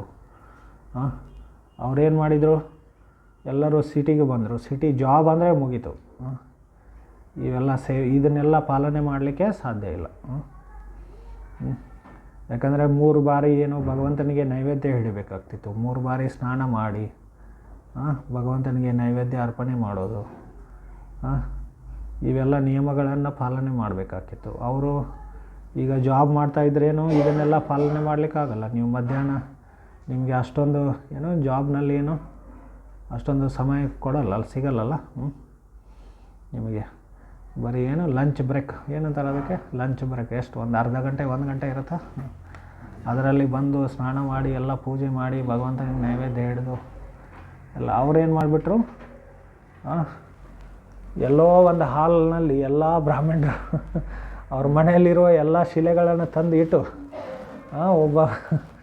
ಒಬ್ಬ ಅರ್ಚಕನಿಗೇನೋ ದುಡ್ಡು ಕೊಟ್ಟು ಅವನಿಗೆ ಅವನೇನು ಬಂದು ಏನು ಮಾಡ್ತಾನೋ ಏನು ಮಾಡಿ ಅವ್ನು ದಿನಕ್ಕೆ ಒಂದು ಸಲ ಬಂದು ಏನೋ ಮಾಡಿ ಅವ್ನು ಹೋಗಿಬಿಡ್ತಾನೆ ಹೆಸರನ್ನು. ಈ ಥರ ಆಯಿತು. ಸೊ ನಾವು ಮನೆಯಲ್ಲಿ ವಿಗ್ರಹವನ್ನು ತೆಗೆದುಕೊಂಡು ಬಂದಾಗ ಅಥವಾ ಗುರುವಿನಿಂದ ಪಡೆದಾಗ ನಾವು ಮುಂದಿನ ಪೀಳಿಗೆಗಳ ಇದನ್ನು ಸೇವೆ ಮಾಡ್ತಾರೆ ನಿಲ್ಲು ಅಂಥೇಳಿ ಅದನ್ನೆಲ್ಲ ನಾವು ಮೊದಲೇ ಇದು ಮಾಡ್ಕೋಬೇಕು, ಖಚಿತಪಡಿಸ್ಕೋಬೇಕು. ಇದು ಹೀಗೆ ಅಂದರೆ ಒಂದು ಜವಾಬ್ದಾರಿ, ಅದು ಇಜ್ಜದಲ್ಲಿ ಅದು ಜವಾಬ್ದಾರಿ, ರೆಸ್ಪಾನ್ಸಿಬಿಲಿಟಿ ಬರುತ್ತಲ್ಲ, ಅದು ಮಹತ್ವಪೂರ್ಣವಾದದ್ದು. ಆ ಇಜ್ಜ ಸಂಸ್ಕಾರ ಅಂಥೇಳಿ 5ನೇ ಸಂಸ್ಕಾರ ಅಂತ ಹೇಳಿದ್ನಲ್ಲ, ಅದರಲ್ಲಿ ಮಹತ್ವಪೂರ್ಣವಾದದ್ದೇನು, ರೆಸ್ಪಾನ್ಸಿಬಿಲಿಟಿ, ಜವಾಬ್ದಾರಿ. ನಾನು ಇದನ್ನು ಸೇವೆ ಮಾಡ್ತೀನಿ ಇಲ್ಲ ಅಂಥೇಳಿ ಎನ್ನುವ ಜವಾಬ್ದಾರಿ. ಹೀಗೆ ಸೊ ಇದು 5 ಸಂಸ್ಕಾರಗಳು. ಈಗ ಇಸ್ಕಾನ್ನಲ್ಲಿ ಸಾಮಾನ್ಯವಾಗಿ 2 ದೀಕ್ಷೆಗಳ ಇರುತ್ತೆ. ಮೊದಲನೇದೇನು, ಅದು ಆ್ಯಕ್ಚುಲಿ ಒಂದೇ ದೀಕ್ಷಾ ಆಗಿರಬೇಕದು. ಆದರೆ ಹೇಗೋ ಪ್ರಭುಪಾದರು ಅದನ್ನು ಮಾಡಿದರು, 2 ಮಾಡಿದರು ಅದನ್ನು. ಪ್ರಭುಪಾದರಿಗಿಂತ ಮುಂಚೆ ಸರಸ್ವತಿ ಠಾಕೂರ್ ಅವ್ರ ಗುರುಗಳು ಏನಂತಿದ್ರು, ಮೊದಲೇದು ದೀಕ್ಷಾ ಅಂಥೇಳಿ ಅಂತಿರಲಿಲ್ಲ, ಅದಕ್ಕೆ ಬರೀ ಹರಿನಾಮ ಆಶ್ರಯ ಅಂತ ಹೇಳ್ತಿದ್ರು. ಹರಿನಾಮ ಆಶ್ರಯ ಅಂದ್ರೇನು, ಮಿನಿಮಮ್ ಒಂದು 4 ಮಾಲೆ ಜಪ ಹರಿಕೃಷ್ಣ ಮಂತ್ರವನ್ನು ಜಪ ಮಾಡಬೇಕು ಮಿನಿಮಮ್. ಅವರು ಸಾಮಾನ್ಯವಾಗಿ 64 ಹೇಳ್ತಾಯಿದ್ರು. ಅವರು 64 ರೌಂಡ್ ಜಪ ಮಾಡ್ಲಿಕ್ಕೆ ಹೇಳ್ತಾಯಿದ್ರು. 64 ಅಂದರೆ ಒಂದು 8 ಗಂಟೆ ಬೇಕಾಗತ್ತೆ. 8 ಗಂಟೆಗೆ ನಾವು ಜಪ ಮಾಡಿದರೆ ಏನು ಮಾಡೋದು, ನಮ್ಮ ಪರಿವಾರ ಹೇಗೆ ನಡೆಯುತ್ತೆ. ಸರಸ್ವತಿ ಠಾಕೂರ್ ಅವ್ರು ಹೇಳ್ತಾಯಿದ್ರು. ಸರಸ್ವತಿ ಠಾಕೂರ್ ಅವರು ಪ್ರಭುಪಾದರ ಗುರುಗಳು ಅಲ್ಲಿದ್ದಾರೆ ನೋಡಿ ಅಲ್ಲಿ, ಅಥವಾ ಇಲ್ಲಿ 2ನೇ ಅವರು, ಅಲ್ಲಿದೆ ಅವರ ಫೋಟೋ, ಹಿಂದ್ಗಡೆ ಇದೆ ನೋಡಿ. ಅವರು ಹೇಳ್ತಾಯಿದ್ರು, ಯಾರು 64 ಮಾಲೆ ಜಪ ಮಾಡಲ್ಲ, 64 ಅಂದರೆ 1,00,000 ನಾಮ ಆಗುತ್ತೆ ಅದು. 1,00,000 ನಾಮ. ಹರಿದಾಸ್ ಠಾಕೂರ್ ಅವ್ರು ಏನು ಮಾಡ್ತಿದ್ರು, 3,00,000 ನಾಮ ಮಾಡ್ತಿದ್ರು ಪ್ರತಿದಿನ. ಎಷ್ಟು? 64 × 3 ಹೌ ಮಚ್? 192 ರೌಂಡ್ಸ್. 192 ಮಾಲೆ ಜಪ ಮಾಡ್ತಾಯಿದ್ರು ಅವರು. ಅವರು ಮುಸ್ಲಿಂ ಪರಿವಾರದಲ್ಲಿ ಹುಟ್ಟಿದ್ರು. ಆದರೂ ಚೈತನ್ಯ ಮಹಾಪ್ರಭು ಅವ್ರಿಗೇನು ಹೇಳಿದರು, ನಾಮಾಚಾರ್ಯ ಅಂಥೇಳಿ. ನಾಮಾಚಾರ್ಯ ಅಂದರೆ ಏನು? ನಾಮವನ್ನು ಹೇಗೆ ಮಾಡ್ಬೇಕಂತ ಹೇಳಿ ಕಲಿಸ್ಕೊಡ್ತಾರೆ ಅವರು. ಅದಕ್ಕೋಸ್ಕರ ಅವ್ರಿಗೇನು ನಾಮಾಚಾರ್ಯ ಅಂತ ಹೇಳಿದರು ಹರಿದಾಸ್ ಠಾಕೂರ್ ಅವರು. ಅವ್ರ ಬಗ್ಗೆ ಚರ್ಚೆ ಮಾಡೋಣ. ತುಂಬ ಅದ್ಭುತ ಇದೆ ಅವ್ರದ್ದು ಜೀವನ ಚರಿತ್ರೆ. ಹೀಗೆ ಸರಸ್ವತಿ ಠಾಕೂರ್ ಅವ್ರು ಹೇಳ್ತಾರೆ, ಯಾರು 1,00,000 ನಾಮಸ್ಮರಣೆ ಮಾಡಲ್ಲ ಅವರು ಏನು ತುಂಬ ಪತಿತರು ಅಂಥೇಳಿ ಹೇಳ್ತಾಯಿದ್ರು. ಪ್ರಭುಪಾದರು ಅಮೇರಿಕಕ್ಕೆ ಹೋದಾಗ ಏನು ಮಾಡಿದರು, ಅವ್ರಿಗೂ ಹೇಳಿದರು, ನೀನು 64 ಮಾಡ ಅಂತ ಹೇಳಿದರು. ಅಲ್ಲಿ ಜನ ಸಾಧ್ಯ ಇಲ್ಲ ಅಂತಂದ್ರೆ 32 ನೋ ಅಂತಂದ್ರೆ 32 ಅಂದ್ರು. ಆವಾಗ ಪ್ರಭುಪಾದರು ಅಟ್ಲೀಸ್ಟ್ 16 ಅಂತ ಹೇಳಿದರು. ಆಚಾರ್ಯರಿಗೇನು ಈ ಥರ ನಿಯಮವನ್ನು ಮಾಡ್ಬೋದು. ಅಂದರೆ ಸಿದ್ಧಾಂತ ಬದಲಾವಣೆ ಮಾಡ್ತಾಯಿಲ್ಲ ಅವರು. ಸಿದ್ಧಾಂತ ಏನು? ಸಂಖ್ಯಾಪೂರ್ವಕ ನಾಮಗಾನನತಿಭಿ ಕಾಲಾವಸಾನಿ ಕೃತವು. ಸಂಖ್ಯಾಪೂರ್ವಕವಾಗಿ ನಾಮವನ್ನು ಮಾಡಬೇಕು, ಅದು ಸಿದ್ಧಾಂತ. ಎಷ್ಟು ಸಂಖ್ಯೆ ಅದನ್ನು ಆಚಾರ್ಯರು ಹೇಳ್ತಾರೆ. ಸಂಖ್ಯಾಪೂರ್ವಕ ಮಾಡಬೇಕಂತ ಹೇಳಿದೆ ಶಾಸ್ತ್ರದಲ್ಲಿ. ಅದು ಎಷ್ಟು ಸಂಖ್ಯೆ ಅನ್ನೋದನ್ನು ಆಚಾರ್ಯರು ಹೇಳ್ಕೊಡ್ತಾರೆ. ಹೀಗೆ 16 ಅವರು ಹೇಳಿದರು. ಎನಿವೆ, ಆದರೆ ಇದಕ್ಕೆ ಈ ಹರಿನಾಮ ಆಶ್ರಯ ಅಂತ ಹೇಳ್ತಾರೆ ಇದಕ್ಕೆ. ಮತ್ತು ಇದರ ಜೊತೆ ಏನು 4 ನಿಯಮಗಳನ್ನು ಹೇಳಿದರು. ಮಾಂಸ ಭಕ್ಷಣೆ ಮಾಡಬಾರ್ದು, ಮದ್ಯಪಾನ ಸೇವೆ, ಮಾದಕ ದ್ರವ್ಯಗಳ ಸೇವನೆ ಮಾಡಬಾರ್ದು, ಮತ್ತು ಜೂಜಾಟ, ವ್ಯಭಿಚಾರ, ಪರಸ್ತ್ರೀ ಸಂಘ, ಇವೆಲ್ಲ ಈ 4 ನಿಯಮಗಳನ್ನು ಹೇಳಿದರು. ಯಾಕೆ ಈ 4 ನಿಯಮಗಳು ಅಂದರೆ, ಈ ಕಲಿಯುಗದಲ್ಲಿ ಇವು 4 ಪ್ರಮುಖ ಪಾಪಗಳು. ಇವು ಪಾಪಗಳಂದರೆ ಈ 4 ಪಾಪಗಳು. ನಾವು ಪಾಪ ಮಾಡ್ತಾ ಏನು ಮಾಡ್ತಾ ಇದ್ದೀವಿ, ಹರೇ ಕೃಷ್ಣ ಮಂತ್ರ ಮಾಡ್ತಾ ಇದ್ದೀವಿ, ಅದರ ನಮಗೆ ಲಾಭ ಆಗಲ್ಲ. ಅಂದರೆ ಲಾಭ ಅಂದ್ರೇನು? ನಾವು ಹರೇ ಕೃಷ್ಣ ಮಂತ್ರವನ್ನು ಮಾಡೋದರಿಂದ ನಮ್ಮ ಚಿತ್ತವನ್ನು, ನಮ್ಮ ಪ್ರಜ್ಞೆಯನ್ನು ನಾವು ಶುದ್ಧೀಕರಣ ಮಾಡ್ತಾಯಿದ್ದೀವಿ, ಶುದ್ಧೀಕರಿಸ್ತಾ ಇದ್ದೀವಿ. ಮತ್ತೆ ಪಾಪ ಮಾಡಿ ಅದನ್ನು ಅಶುದ್ಧಗೊಳಿಸ್ತಾ ಇದ್ದೀವಿ. ಈಗ ಹೇಗೆ ನೀವು ಬೆಂಕಿ ಹಚ್ಚುವಾಗ ಅದ್ರ ಮೇಲೆ ನೀರು ಹಾಕಿದರೆ ಏನಾಗಿಬಿಡುತ್ತೆ? ಆರಿ ಹೋಗ್ಬಿಡುತ್ತಲ್ಲ. ಅದೇ ಥರ ನಾವು ಆಧ್ಯಾತ್ಮಿಕ ಬೆಂಕಿಯನ್ನು ಹಚ್ಚುವಾಗ ಅದರ ಜೊತೆ ಅದರಲ್ಲಿ ಈ ಪಾಪದ ನೀರು ಹಾಕಿಬಿಡ್ತೀವಿ, ನೀರು ಸುರಿದು ಬಿಡ್ತೀವಿ. ಇವರು ಹೇಳ್ತಾಯಿದ್ರು, ಪ್ರಭುಪಾದರು ಈ ಕ್ರೈಸ್ತ ಧರ್ಮದವ್ರಿಗೆ ಏನು ಹೇಳ್ತಿದ್ರು, ರಿಪೆಂಟ್ ಸಿನ್ನರ್ಸ್ ಅಂಥೇಳಿ. ರಿಪೆಂಟ್ ಸಿನ್ನರ್ಸ್ ಅಂದರೆ ಏನು? ರಿಪೆಂಟೆನ್ಸ್ ಅಂದರೆ ಏನು? ಪ್ರಾಯಶ್ಚಿತ ಮಾಡ್ಕೊಳ್ಳೋದು, ಪ್ರಾಯಶ್ಚಿತ ಮಾಡೋದು. ಮತ್ತು ಸಿನ್ ಅಂದರೆ ಏನು? ಪಾಪ ಮಾಡೋದು. ಪಾಪ ಮಾಡೋದು, ಪ್ರಾಯಶ್ಚಿತ ಮಾಡೋದು, ಪಾಪ ಮಾಡೋದು, ಪ್ರಾಯಶ್ಚಿತ ಮಾಡೋದು. ಯಾಕಂದರೆ ಈಗ ಬೈಬಲ್ನಲ್ಲಿ ಹೇಳಿದೆ, ಅವರೆಲ್ಲ ಹೇಳ್ತಾರಲ್ಲ, ತುಂಬ ಜೋರಾಗಿ ಪ್ರಚಾರ ಮಾಡ್ತಾರೆ. ಈಸಾ, ಯೇಸು ಕ್ರಿಸ್ತ ನಿಮ್ಮ ಎಲ್ಲ ಪಾಪಗಳನ್ನು ತೊಗೊಂಡ್ಬಿಡ್ತಾನೆ ಅಂಥೇಳಿ, ನಿನ್ನ ಪಾಪಗಳಿಂದ ಎಲ್ಲ ಪರಿಹಾರ ಕೊಡು, ಅವನು ನಿಮ್ಮ ಪಾಪಗಳನ್ನು ತಗೊಂಡು ನಿಮ್ಮನ್ನು ಪಾಪದಿಂದ ಮುಕ್ತನನ್ನಾಗಿ ಮಾಡ್ತಾನೆ ಅಂಥೇಳಿ ಅವರು ಜೋರಾಗಿ ಹೇಳ್ತಾರೆ. ಅದಕ್ಕೋಸ್ಕರ ನೀನು ಪ್ರತಿ ಭಾನುವಾರ ಚರ್ಚ್ನಲ್ಲಿ ಬಂದು ಅವ್ರ ಮುಂದೆ ಏನು ಮಾಡಬೇಕು? ಕನ್ಫೆಷನ್ ಮಾಡಬೇಕು, ಪ್ರಾಯಶ್ಚಿತ ಮಾಡ್ಕೋಬೇಕು ಅಂಥೇಳಿ. ಅಲ್ಲಿ ಒಂದು ಸ್ವಲ್ಪ ಏನು ಒಂದಿಷ್ಟು ಫೈನ್ ಕೊಟ್ಟು, ಕಾಣಿಕೆ ಅಥವಾ ಫೈನ್ ಕೊಟ್ಟು ಏನು ಮಾಡ್ತೀರಾ ನೀವು? ಕನ್ಫೆಷನ್ ಮಾಡ್ತೀರಾ. ಕನ್ಫೆಷನ್ ಮಾಡಿ ಮತ್ತೆ ಹೊರಗಡೆ ಹೋಗಿ ಏನು ಮಾಡೋದು? ಮತ್ತೆ ಪಾಪ ಮಾಡೋದು. ಅವನ ಜೊತೆ ಒಂದು ಕಾಂಟ್ರ್ಯಾಕ್ಟ್ ಮಾಡೋದು. ಯೇಸು ಕ್ರಿಸ್ತನ ಜೊತೆ ನಾವು ಪಾಪ ಮಾಡ್ತೀವಿ, ನಿಮ್ಮ ಮೇಲೆ ಹಾಕ್ತೀವಿ ಎಲ್ಲ ಅಂಥೇಳಿ. ಇದಕ್ಕೆ ರಿಪೆಂಟ್ ಸಿನ್ನರ್ಸ್ ಅಂತ ಹೇಳಿ. ಶೇಮ್ಫುಲ್ನೆಸ್. ಅಥವಾ ಪರೀಕ್ಷಿತ್ ಭಾಗವತದಲ್ಲಿ ಏನು ಹೇಳಿದ ಇದಕ್ಕೆ? ಕುಂಜರ ಶೌಚವತ್ ಅಂಥೇಳಿ. ಆಣೆಯ ಸ್ನಾನ. ಆಣೆ ಚೆನ್ನಾಗಿ ಸೊಂಡೆಲಿಂದ ಏನು ಮಾಡುತ್ತೆ? ಆಣೆ ನೀರು ಹೇಗೆ ತೊಗೊಳುತ್ತದು? ಸೊಂಡೆಲಿಂದ ತೊಗೊಂಡು ಮೈ ಮೇಲೆಲ್ಲ ಚೆನ್ನಾಗಿ ಹೊಡ್ಕೊಳ್ಳುತ್ತದು. ಹೊಡ್ಕೊಂಡು ಆಮೇಲೆ ಹೊರಗಡೆ ಬಂದು ಏನು ಮತ್ತೆ ಮಣ್ಣಲ್ಲಿ ಉಳ್ಳಾಡ್ಬಿಡುತ್ತದು. ಇದಕ್ಕೆ ಆಣೆ ಸ್ನಾನ ಅಂತ ಹೇಳ್ತಾರೆ. ಪ್ರಾಯಶ್ಚಿತ ಮಾಡೋದು ಮತ್ತು ಪಾಪ ಮಾಡೋದು. ಆದರೆ ಈ ಭಕ್ತಿ ಪ್ರೊಸೆಸ್ ಏನಿದೆ ಅಲ್ಲ, ಭಕ್ತಿ ಮಾರ್ಗ ಏನಿದೆ, ನಾವು ಕೃಷ್ಣ ಭಕ್ತಿಯ ಮಾರ್ಗ, ಅದು ನಮ್ಮನ್ನು ಪಾಪ ಮಾಡುವ ಪ್ರವೃತ್ತಿಯಿಂದನೇ ಮುಕ್ತ ಮಾಡಿಬಿಡುತ್ತದು. ಪಾಪ ಬೀಜ. ಪಾಪ ಬೀಜ ಅಂದರೆ ಏನು? ಪಾಪ ಮಾಡುವ ಇಚ್ಛೆ. ಬೀಜ ಅಂದರೆ ಏನು? ಇಚ್ಛೆ, ಆಶೆ. ಪಾಪ ಮಾಡುವ ಆಶೆಗೆ ಬೀಜ ಅಂತ ಹೇಳ್ತಾರೆ.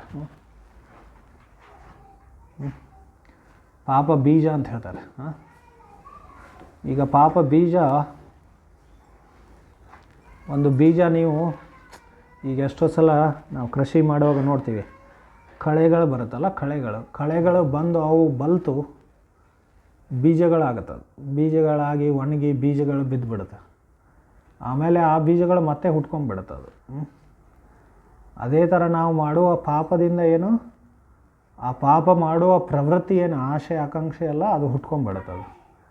ಆದರೆ ಆ ಬೀಜವನ್ನು ಸುಟ್ಟು ಹಾಕಿಬಿಟ್ರೆ, ಆ ಬೂದಿ ಆಗಿಬಿಟ್ರೆ ಏನಾಗ್ಬಿಡುತ್ತದು ಬೀಜ, ಅದು ಮತ್ತೆ ಬೆಳೆಯಲ್ಲ ಅದು. ಅದೇ ಥರ ಭಕ್ತಿ ಮಾರ್ಗ ಏನಿದೆ, ಆ ಪಾಪ ಬೀಜವನ್ನು ಎಲ್ಲ ನಾಶ ಮಾಡಿಬಿಡುತ್ತೆ. ಇದ್ರ ಬಗ್ಗೆ ತುಂಬ ಭಾಗವತದಲ್ಲಿ ಎಲ್ಲ ವಿಷ್ಣು ಪುರಾಣದಲ್ಲಿ ವರ್ಣನೆ ಆಗಿದೆ. ಅಪ್ರಾರಬ್ಧಂ ಫಲಂ ಪಾಪಂ ಕೂಟಂ ಬೀಜಂ ಫಲೋನ್ಮುಖಂ ಕ್ರಮೇಣೈವ ಪ್ರಲೀಯತೆ ವಿಷ್ಣು ಭಕ್ತಿ ರತಾತ್ಮನಃ. ಯಾರು ವಿಷ್ಣು ಭಕ್ತಿಯಲ್ಲಿ ತೊಡಗಿರ್ತಾರೆ, ಕ್ರಮೇಣೈವ ಪ್ರಲೀಯತೆ, ಕ್ರಮೇಣವಾಗಿ ಈ ಪ್ರಾರಬ್ಧ ಅಪ್ರಾರಬ್ಧ ಕೂಟ ಬೀಜ ಇವೆಲ್ಲ ಪಾಪಕರ್ಮಗಳೇನೋ ನಾಶ ಆಗಿಬಿಡುತ್ತೆ ಅಂಥೇಳಿ ಹೇಳಿದೆ. ಅಥವಾ ಭಾಗವತದಲ್ಲಿ ಏನು ಹೇಳಿದೆ? 6ನೇ ಸ್ಕಂದದಲ್ಲಿ ಏನು ಹೇಳುತ್ತೆ? ಕೇಚಿತ್ ಕೇವಲ ಯಾ ಭಕ್ತ್ಯ ವಾಸುದೇವ ಪರ ಅಗಮ್ ಗುಣ್ವಂತಿ ಕಾಸ್ನೇನ ನಿಹಾರಂ ಇವ ಭಾಸ್ಕರ ಅಂತ. ನಿಹಾರಂ ಅಲ್ಲಿ ಒಂದು ಉದಾಹರಣೆ ಕೊಡಲಾಗಿದೆ. ಏನಂತೇಳಿ, ಹೇಗೆ ಅರುಣೋದಯವಾದಾಗ ಭಾಸ್ಕರ ಅಂದರೆ ಏನು? ಸೂರ್ಯ. ಸೂರ್ಯೋದಯವಾದಾಗ ಏನು? ನಿಹಾರಂ. ಇವೆಲ್ಲ ನಿಹಾರ ಅಂದರೆ ಗೊತ್ತಲ್ಲ, ಫಾಗ್ ಏನಂತೀವಿ ನಾವು ಅದಕ್ಕೆ? ಫಾಗ್, ಮಂಜು. ಆ ಮಂಜು ಏನು, ಸೂರ್ಯೋದಯ ಆದ ನಂತರ ಮಂಜು ದೂರ ಆಗಿಬಿಡುತ್ತದೆ. ಸ್ವಲ್ಪ ಮುಂದೆ ಬನ್ನಿ.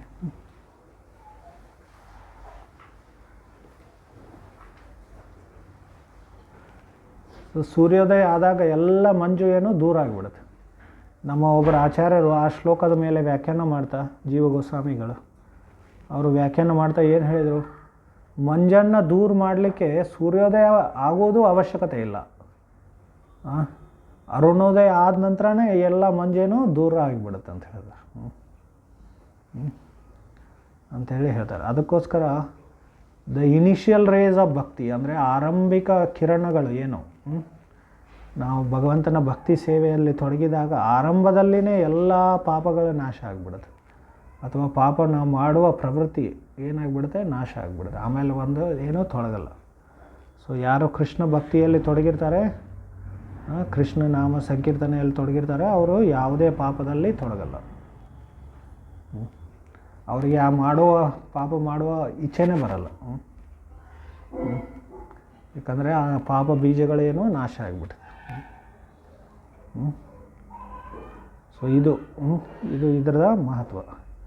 ಎನಿವೆ, ನಾವೇನು ಚರ್ಚೆ ಮಾಡ್ತಾ ಇದ್ದೀವಿ, ಹರೇ ಕೃಷ್ಣ ಮಹಾಮಂತ್ರವನ್ನು ಎಲ್ಲರೂ ಮಾಡ್ಬೋದು, ದೀಕ್ಷೆಗಿಂತ ಮುಂಚೆನೂ ಮಾಡ್ಬೋದು.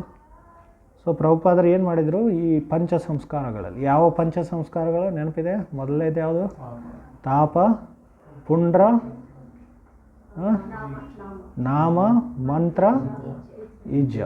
ಸೊ ಈ 5 ದೀಕ್ಷೆ ಅಂದರೆ ಇದು 5 ಇರಬೇಕು.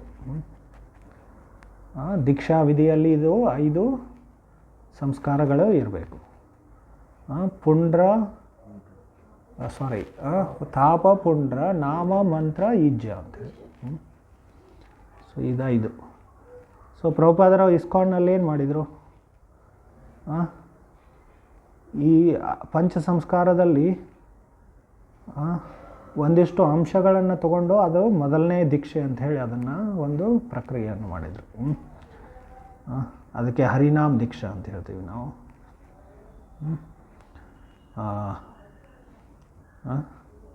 ಅದರಲ್ಲೇನು ನಾಮ ಅಂದರೆ ನಮಗೆ ಕೃಷ್ಣ ದಾಸಾದಿ ನಾಮಗಳನ್ನು, ನಿಮ್ಮ ನಾಮ ಹೆಸರು ಆಧ್ಯಾತ್ಮಿಕ ನಾಮ ಕೊಡಲಾಗತ್ತೆ ನಿಮಗೆ ದೀಕ್ಷೆ ಸಮಯದಲ್ಲಿ. ಆಮೇಲೆ ಮಂತ್ರ ಅಂತೂ ನಾವು ಹರೇ ಕೃಷ್ಣ ಮಂತ್ರವನ್ನು ನಾವು ಮಾಡ್ತೀವಿ. ಮತ್ತು ಇದು ಪುಂಡ್ರ, ತಾಪ, ಅವು ಹೀಗೆ ಒಂದು 3 ಅಥವಾ ಒಂದು 2.5 ಅಥವಾ 3 ಅಂಶಗಳನ್ನು ಅವ್ರು ತೊಗೊಂಡು ಅದನ್ನು ಮೊದಲನೇ ದೀಕ್ಷೆ ಅಂತ ಹೇಳಿದರು. ಅದಾದ ನಂತರ 2ನೇ ದೀಕ್ಷೆ ಆದಾಗೇನು ಇನ್ನು ಉಳಿದದ್ದು ಇನ್ನೂ ವೈಷ್ಣವ ಮಂತ್ರಗಳನ್ನು ಕೊಡಲಾಗತ್ತೆ, ಕೃಷ್ಣ ಮಂತ್ರಗಳನ್ನು ಕೊಡಲಾಗತ್ತೆ, ಬೇರೆ ಬೇರೆ ಗಾಯತ್ರಿ ಮಂತ್ರಗಳಿದೆ, ಆ ಮಂತ್ರಗಳನ್ನು ಕೊಡಲಾಗತ್ತೆ. ಪಂಚರಾತ್ರಿಕ ಮಂತ್ರಗಳಂತ ಹೇಳ್ತಾರೆ ಅದಕ್ಕೆ. ಮಂತ್ರಗಳ ಮತ್ತು ವಿಗ್ರಹ ಆರಾಧನೆ ದೇವಸ್ಥಾನಗಳ ಇಸ್ಕಾನ್ ದೇವಸ್ಥಾನಗಳಲ್ಲಿ ನಮಗೆ ಅನುಮತಿ, ವಿಗ್ರಹ ಆರಾಧನೆ ಮಾಡಲಿಕ್ಕೆ ಅನುಮತಿ ಯಾವಾಗ ಸಿಗುತ್ತದೋ ಈ 2ನೇ ದೀಕ್ಷೆ ಆದ ನಂತರ.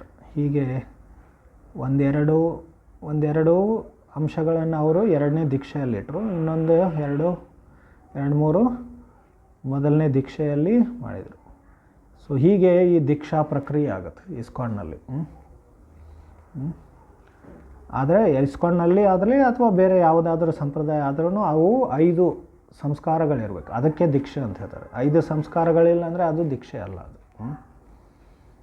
ತಿಳಿತಲ್ಲ? ಸೊ ನೆನ್ಪಿಟ್ಕೊಳ್ಳಿ, ತಾಪ, ಪುಂಡ್ರ, ನಾಮ, ಮಂತ್ರ ಮತ್ತು ಈಜ್ಯ ಅಂಥೇಳಿ. ಸೊ ಇವು 5 ಸಂಸ್ಕಾರಗಳು. ಇದು 5 ಸಂಸ್ಕಾರಗಳ ದೀಕ್ಷೆ. ಹರೇ ಕೃಷ್ಣ ಕೃಷ್ಣ ಕೃಷ್ಣ ಹರೇ ಹರೇ, ಹರೇ ರಾಮ ರಾಮ ರಾಮ ಹರೇ. ಏನಾದರೂ ಪ್ರಶ್ನೆ? For fifth samskara, few people might have not get that opportunity to do that because they don't have generations or something. Are there any alternatives? Means you don't have deity in your home from your family. Parampara. Guru will give, no? Suppose next generation is not there. Next generation. Then you have to make sure that it is worshipped by some other. You can donate it to some other person who is responsibly worshipping it. ಇಲ್ಲಿ ಪ್ರಶ್ನೆ ಏನಂದರೆ, ಈಗ ನಾನೊಂದು ಹೇಳಿದೆ, ನಾವು ವಿಗ್ರಹವನ್ನು ಪೂಜೆ ಮಾಡುವಾಗ ಅಥವಾ ನಮ್ಮ ಮನೆಯಲ್ಲಿ ಶಾಲಿಗ್ರಾಮ ಶಿಲೆ ಇದ್ದರೆ ನಾವೇನು ಮಾಡಬೇಕು, ಮುಂದಿನ ಪೀಳಿಗೆಗಳು ಅದನ್ನು ಸೇವೆ ಮಾಡ್ತಾರೆ ಇಲ್ಲೋ ಅನ್ನೋ ಜವಾಬ್ದಾರಿಯಿಂದ ನಾವು ಅದನ್ನು ಜವಾಬ್ದಾರಿ ವಹಿಸ್ಬೇಕು ಅದನ್ನು. ಹೌದಲ್ಲ? ಅದಕ್ಕೆ ಈಜ್ಯ ಅಂತ ಹೇಳ್ತಾರೆ ಅಂತ ಹೇಳಿದೆ ನಾನು. ಹೌದಾ? ಕೊನೆ 5ನೇ ಸಂಸ್ಕಾರದಲ್ಲಿ ಬರುತ್ತೆ ಅದು. ಸೊ ಈಗ ನಮಗೆ ಮಕ್ಕಳಿರಲಿಲ್ಲ, ಮುಂದೆ ಏನು ಅಂಥೇಳಿ ಇಲ್ಲಿ ಪ್ರಶ್ನೆ ಕೇಳ್ತಾ ಇದ್ದಾರೆ ಅವರು. ಅದಕ್ಕೆ ನಾನೇನು ಹೇಳಿದೆ, ಯಾರು ಬೇರೆಯವರಿಗೆ ನಾವು ಕೊಡ್ಬೋದು, ಅದನ್ನು ದಾನ ಮಾಡ್ಬೋದು, ವಿಗ್ರಹವನ್ನು ಕೊಟ್ಟು. ಆದರೆ ಅವರು ಜವಾಬ್ದಾರಿಯಿಂದ ಸೇವೆ ಮಾಡಬೇಕು. ಆ ಜವಾಬ್ದಾರಿಯಿಂದ ಸೇವೆ ಮಾಡ್ತಾರೆ ಇಲ್ಲ ಅನ್ನುವ ಜವಾಬ್ದಾರಿಯನ್ನು ನಾವು ತಗೋಬೇಕು. ತಿಳಿತಲ್ಲ? ಮತ್ತೇನಾದರೂ ಇದೆ ಪ್ರಶ್ನೆ?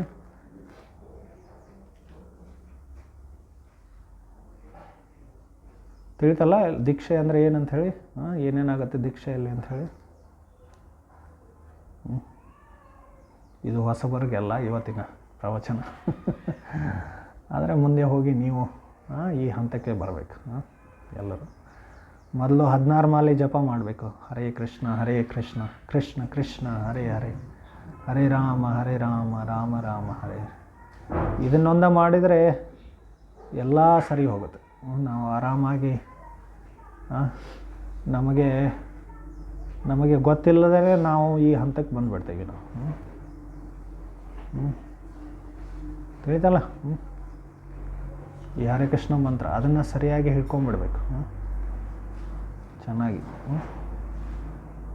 ಎಲ್ಲರೂ ಮಾಡ್ತಾ ಇದ್ದೀರಾ ಹರೇ ಕೃಷ್ಣ ಮಂತ್ರ ಮನೆಯಲ್ಲಿ? You could understand something, some Kannada? ಎಲ್ಲರೂ ಮಾಡ್ತಾ ಇದ್ದೀರಾ? ಎಷ್ಟು ಮಾಡ್ತಾಯಿದ್ದೀರಾ ಮನೆಯಲ್ಲಿ? 8? ಒಳ್ಳೆಯದು. ನಡುವೆ ಹೆಚ್ಚಿಗೆ ಮಾಡಿ ಆಮೇಲೆ ನಮಗೆ ಏನೋ ಒಂದು ಕಾನ್ಫಿಡೆನ್ಸ್ ಬರುತ್ತೆ ನಮಗೆ, ನಾನು 16 ಮಾಡ್ಬೋದು ಅಂತೇಳಿ.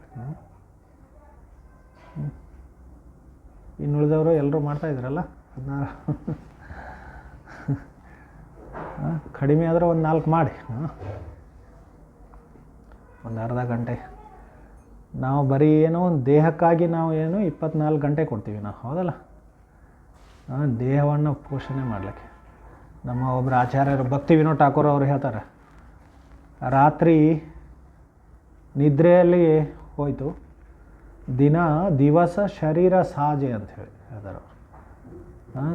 ದಿನ ಏನು ಶರೀರವನ್ನು ಶೃಂಗಾರ ಮಾಡೋದ್ರಲ್ಲಿ ಹೋಗಿಬಿಡುತ್ತಂತೆ. ಶರೀರ ಸಾಜೆ. ಆದರೆ ನಾವು ಈ ಶರೀರ ಅಲ್ಲ ಅದನ್ನು ಫಸ್ಟ್ ತಿಳ್ಕೊಬೇಕಲ್ಲ, ನಾವು ಆತ್ಮ ಅಂಥೇಳಿ.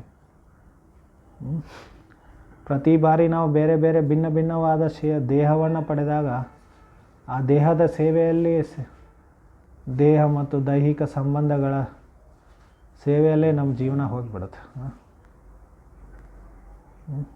ಇದು ಪ್ರತಿ ಜೀವನದಲ್ಲಿ ಮಾಡ್ತೀವಿ ನಾವು ಇದನ್ನು, ಈ ಥರ ದೈಹಿಕ ಪೋಷಣೆ, ಪಾಲನೆ ಪೋಷಣೆ.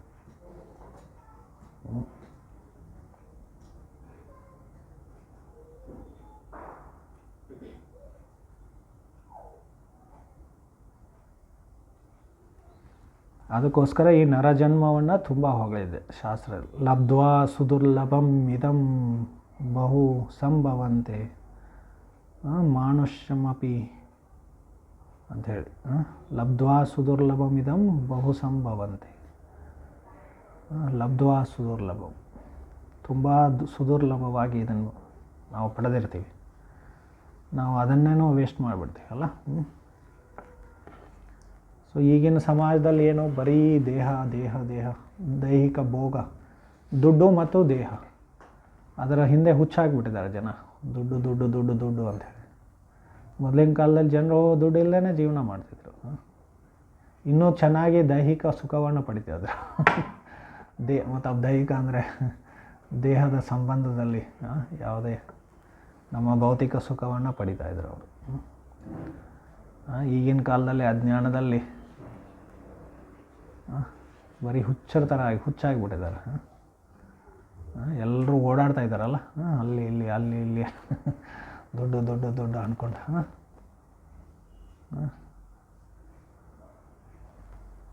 ರಾಜಕಾರಣಿಗಳು ಇದನ್ನು ದೊಡ್ಡ ಹೆಸರಿನಲ್ಲಿ, ಎಕನಾಮಿಕ್ ಡೆವಲಪ್ಮೆಂಟ್ ಹೆಸರಿನಲ್ಲಿ ಇದನ್ನು ಪ್ರೋತ್ಸಾಹನೆ ಮಾಡ್ತಾರೆ.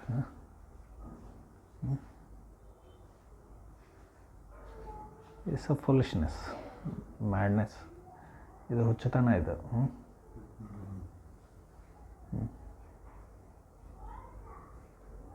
ನಾನು ಬರೀ ಹೇಳ್ತಾ ಇಲ್ಲ ಅಷ್ಟೇ, ಅದು ರಿಯಲಿ ಹುಚ್ಚುತನ ಅದು. ಹೇಳಬೇಕಂತೆಲ್ಲ ಇದು ರಿಯಲಿ. ಬೇಕಾದರೆ ನಾವು ಅದನ್ನು ಅನಲೈಸ್ ಮಾಡ್ಬೋದು, ವಿಶ್ಲೇಷಣೆ ಮಾಡ್ಬೋದು, ಅದು ಹೇಗೆ ಹುಚ್ಚುತನ ಅಂಥೇಳಿ.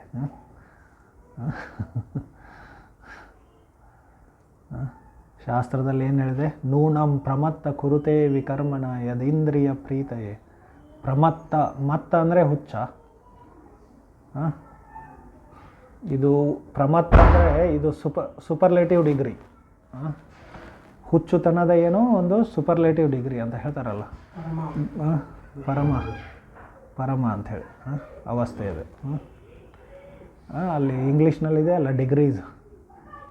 ಗುಡ್ ಬೆಟರ್ ಬೆಸ್ಟ್ ಅಂತೇಳಿ ಆ ಥರ. ಮತ್ತ, ಉನ್ಮತ್ತ, ಪ್ರಮತ್ತ ಅಂಥೇಳಿ ಶಾಸ್ತ್ರದಲ್ಲಿ ಈ ಥರ 3 ಡಿಗ್ರೀಸ್. ಸಂಸ್ಕೃತದಲ್ಲಿನೂ ಇದೆ ಅದು. ಅಥವಾ ಈಗ ಭಗವದ್ಗೀತೆಯಲ್ಲಿ ಒಂದು ಶಬ್ದ ಬರುತ್ತೆ, ಇದಂತೆ ಗುಹ್ಯತಮಂ ಪ್ರವಕ್ಷ್ಯಾಮನಸೂಯವೇ. ನಾನು ಈ ಗುಹ್ಯವಾದ ಜ್ಞಾನವನ್ನು ನಿನಗೆ ಹೇಳ್ತಾ ಇದ್ದೀನಿ, ಯಾಕಂದರೆ ನೀನು ನನ್ನ ಪ್ರತಿ ನಿನಗೆ ಅಸೂಯೆ ಇಲ್ಲ ಅಂಥೇಳಿ. ಕೃಷ್ಣನೇ ಯಾಕೆ ದೇವರು ಅನ್ನೋ ಅಸೂಯೆ ಇಲ್ಲ. ಅದನ್ನು ಈ ರಹಸ್ಯಮಯ ಭಗವದ್ಗೀತಾ ಜ್ಞಾನ ಯಾರು ಪಡಿಬೋದು? ಯಾರು ಕೃಷ್ಣನ ಪ್ರತಿ ಮಾತ್ಸರತೆ ಇಟ್ಕೊಳ್ಳಲ್ಲ,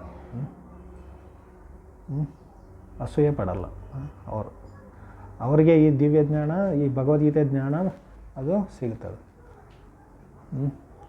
ಇಲ್ಲೇನು ಹೇಳಿದ್ದಾರೆ? ಇದಂತೆ ಗುಹ್ಯತಮಂ, ಗುಹ್ಯತರ ಗುಹ್ಯತಮಂ, ಈ ಡಿಗ್ರೀಸ್ ಇದು. ಗುಹ್ಯ ಜ್ಞಾನ, ಗುಹ್ಯತರ ಜ್ಞಾನ, ಗುಹ್ಯತಮಂ ಜ್ಞಾನ. ಎಲ್ಲ ಗುಹ್ಯ ಜ್ಞಾನಗಳಲ್ಲಿ ಇದು ಗುಹ್ಯ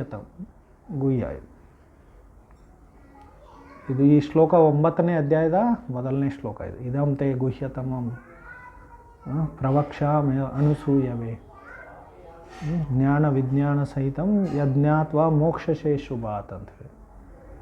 ಜ್ಞಾನ ವಿಜ್ಞಾನಗಳನ್ನು ಸೇರಿಸಿ ನಾನು ನಿನಗೆ ಹೇಳ್ತಾ ಇದ್ದೀನಿ. ಇದನ್ನು ನೀನು ಪಡೆದ್ರೇನು ತಿಳ್ಕೊಂಡ್ರೆ ಮೋಕ್ಷಶೇಷುಭಾತ್, ಈ ಅಶುಭ ಭೌತಿಕ ಜೀವನದಿಂದ ನೀನು ಮೋಕ್ಷವನ್ನು ಪಡಿತೀಯ ಅಂತ ಕೃಷ್ಣ ಅರ್ಜುನನಿಗೆ ಹೇಳಿದ್ದು. ಸೊ ಮತ್ತ ಅಂದರೆ ಏನು? ಹುಚ್ಚ. ಉನ್ಮತ್ತ ಅಂದರೆ ಇನ್ನೂ ಹುಚ್ಚ. ಪ್ರಮತ್ತ ಅಂದರೆ ಅತೀ ಹುಚ್ಚ ಅವನು. ಅಂಥ ಹುಚ್ಚರು ಯಾವಾಗಲೂ ಪಾಪ ಕಾರ್ಯಗಳಲ್ಲಿ ತೊಡಗಿರ್ತಾರೆ. ನೂನಂ ಪ್ರಮತ್ತ ವಿಕರ್ಮ. ಯಾಕೆ? ಅವ್ರಿಗೆ ಇಂದ್ರಿಯ ಸುಖ ಬೇಕಂಥೇಳಿ, ಇಂದ್ರಿಯ ಪ್ರೀತಯೇ ಅಂಥೇಳಿ ಹೇಳಿದೆ. 5ನೇ ಸ್ಕಂದದಲ್ಲಿ ಭಾಗವತದಲ್ಲಿ ಈ ಶ್ಲೋಕ ಬರುತ್ತೆ. ಹೀಗೆ ನಾವು ಹುಚ್ಚರಾಗಬಾರ್ದು ಸುಮ್ಮನೆ. ಆದಷ್ಟು ಕಡಿಮೆ ಅವಶ್ಯಕತೆಗಳನ್ನು ಹೆಚ್ಚಿಗೆ ಮಾಡೋ ಅವಶ್ಯಕತೆ ಇಲ್ಲ. ಆದರೆ ಈಗಿನ ಕಾಲದಲ್ಲಿ ಅದೇ ಆಗಿಬಿಡುತ್ತೆ. ಈಗ ಸಿಟಿನಲ್ಲಿ ಇರಬೇಕಾದ್ರೆ ಒಂದು 40,000 ಸಂಬಳ ಬೇಕೇ ಬೇಕು, ಹೌದಲ್ಲ? ಇಲ್ಲಿ ಎಷ್ಟು ಗೊತ್ತಿಲ್ಲ, ಇಲ್ಲಿ 20,000ದಲ್ಲೇ ನಡೆಸ್ಬೋದಲ್ಲ. ಕಷ್ಟ ಕಷ್ಟ.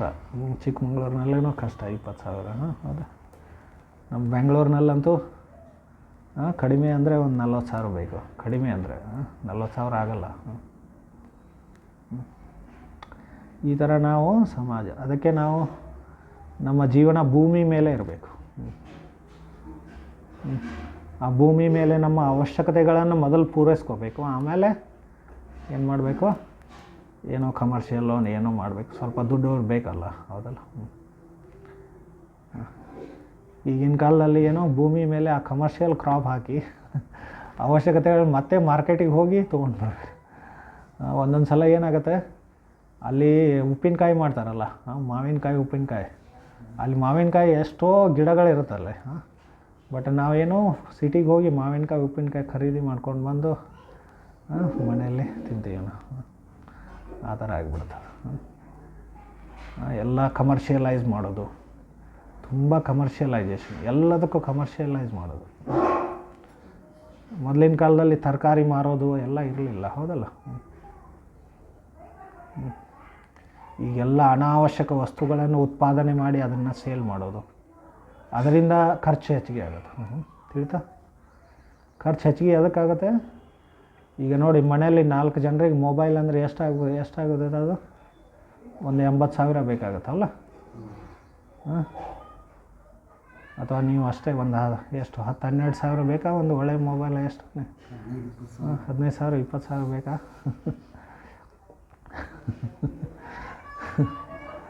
ಅದೇನೇನೋ ಐಫೋನ್ ಅಂತಲ್ಲ, ಅದು ತುಂಬ ಕಾಸ್ಟ್ಲಿ ಅಂತದು. 25-30 ಅದಕ್ಕೆ. ಅದರಲ್ಲೇನು ವಿಶೇಷತೆ ಇರುತ್ತೆ ಅದು? ಒಂದೊಂದು ಸಲ ಬರೀ ಬ್ರ್ಯಾಂಡಿಗಾಗಿ ಏನು ಕೊಡ್ತಾರೆ? ದುಡ್ಡು ಕೊಡ್ತಾರೆ. ಬ್ರ್ಯಾಂಡ್ ಐಫೋನ್ ಬ್ರ್ಯಾಂಡ್ ಅಂತೇಳಿ. ಮತ್ತು ಎಲ್ಲರಿಗೂ ನಾವು ತೋರಿಸ್ಬೇಕಲ್ಲ, ನನ್ನ ಹತ್ರನೂ ಐಫೋನ್ ಇದೆ ಅಂಥೇಳಿ. ಇದಿಲ್ಲ ಅಂದರೆ ನೀನು ಏನೋ ಹಿಂದುಳಿದವನು ಅಂಥೇಳಿ. ನಾನ್ಸೆನ್ಸ್. ಅದಕ್ಕೆ ಪ್ರಭುಪಾದ ಹೇಳ್ತಾಯಿದ್ರು, ಎಲ್ರಿಗೂ ಏನೋ ಮನೆ ಮುಂದೆ ಕಾರು, ಅದು ಅವಶ್ಯಕತೆ ಇಲ್ಲ ಅಂದರೆ ಕಾರ್ ಇಟ್ಕೊಳ್ಳೋದು. ಹೌದಾ? ಒಂದೊಂದು ಬಾರಿ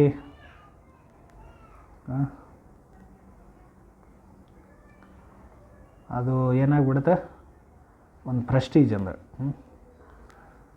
ಪ್ರೆಸ್ಟೀಜ್ ವಿಷಯ ಅದು. ಹೀಗೆ ಅದರಿಂದ ಖರ್ಚು ಹೆಚ್ಚಿಗೆ ಆಗುತ್ತೆ. ಅದು ಎಸ್ಪೆಷಲಿ ಕಾರ್ ಮೇಂಟೈನ್ ಮಾಡೋದು ಎಷ್ಟೆಲ್ಲ ದುಡ್ಡು, ಅದು ಖರೀದಿ ಮಾಡೋದು ಒಂದು, ಆಮೇಲೆ ಅದನ್ನು ಮೇಂಟೈನ್ ಮಾಡಲಿಕ್ಕೆ ಎಷ್ಟು ಖರ್ಚು ಎಲ್ಲ, ಅದು ಸರ್ವಿಸಿಂಗ್ ಮಾಡ್ತಾ ಮಾಡ್ತಾ ಮಾಡ್ತಾ ಒಂದೊಂದು ಬಾರಿ ಎಷ್ಟು ಹುಚ್ಚರು ಅಂದರೆ ಹಳ್ಳಿ ಜನ ಲ್ಯಾಂಡ್ ಅವ್ರದ್ದು ತಮ್ಮ ಭೂಮಿಯನ್ನು ಸೇಲ್ ಮಾಡಿ ಕಾರ್ ತೊಗೊಂಡು ಬರ್ತಾರೆ ಅವರು. ಆ ಕಾರ್ ಆಮೇಲೆ ಒಂದು 15 ವರ್ಷ ಆದ ನಂತರ ಈಗೇನೋ ಸ್ಕ್ರ್ಯಾಪ್ ಇದನ್ನು ಮಾಡಿದಾರಲ್ಲ, ಲಾಸ್ ಮಾಡಿದಾರಲ್ಲ ಅವರೆಲ್ಲ ಟ್ರಾನ್ಸ್ಪೋರ್ಟ್ ಮಿನಿಸ್ಟ್ರಿ. 15 ವರ್ಷ ಆದ ನಂತರ ಅದನ್ನು ನೀವು ಏನು ಮಾಡೋದು, ಉಪಯೋಗ ಮಾಡಲಿಕ್ಕೆ ನಿಮಗೆ ಪರವಾನಗಿ ಇಲ್ಲ ಅಂತ ಹೇಳಿ ಮುಗಿದು ಹೋಯ್ತು. ಅದು ಭೂಮಿ ಇದ್ದರೆ ನೀವು ಒಂದು ಪೀಳಿಗೆ ಅಂತ ಜನ್ರೇಷನ್ ಟು ಜನ್ರೇಷನ್ ಅದು ನಿಮಗೆ ಉತ್ಪಾದನೆ ಕೊಡ್ತಾ ಇರ್ಬೋದು. ಈ ಕಾರ್ ಏನು ಕೊಡುತ್ತೆ ನಿಮಗೆ, ಅದಕ್ಕೆ ಮತ್ತೆ ನೀವು ದುಡ್ಡು ಹಾಕಬೇಕು ಅದನ್ನು ಮೇಂಟೈನ್ ಮಾಡಲಿಕ್ಕೆ. ಆಮೇಲೆ 15 ವರ್ಷಕ್ಕೆ ಹೋಗಿಬಿಡುತ್ತೆ ಅದು.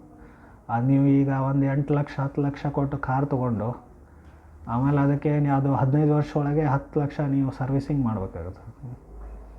ಸರ್ವಿಸಿಂಗು ಅದೇನೋ ಇದೆಯಲ್ಲ, ಏನದು ಇನ್ಶೂರೆನ್ಸು.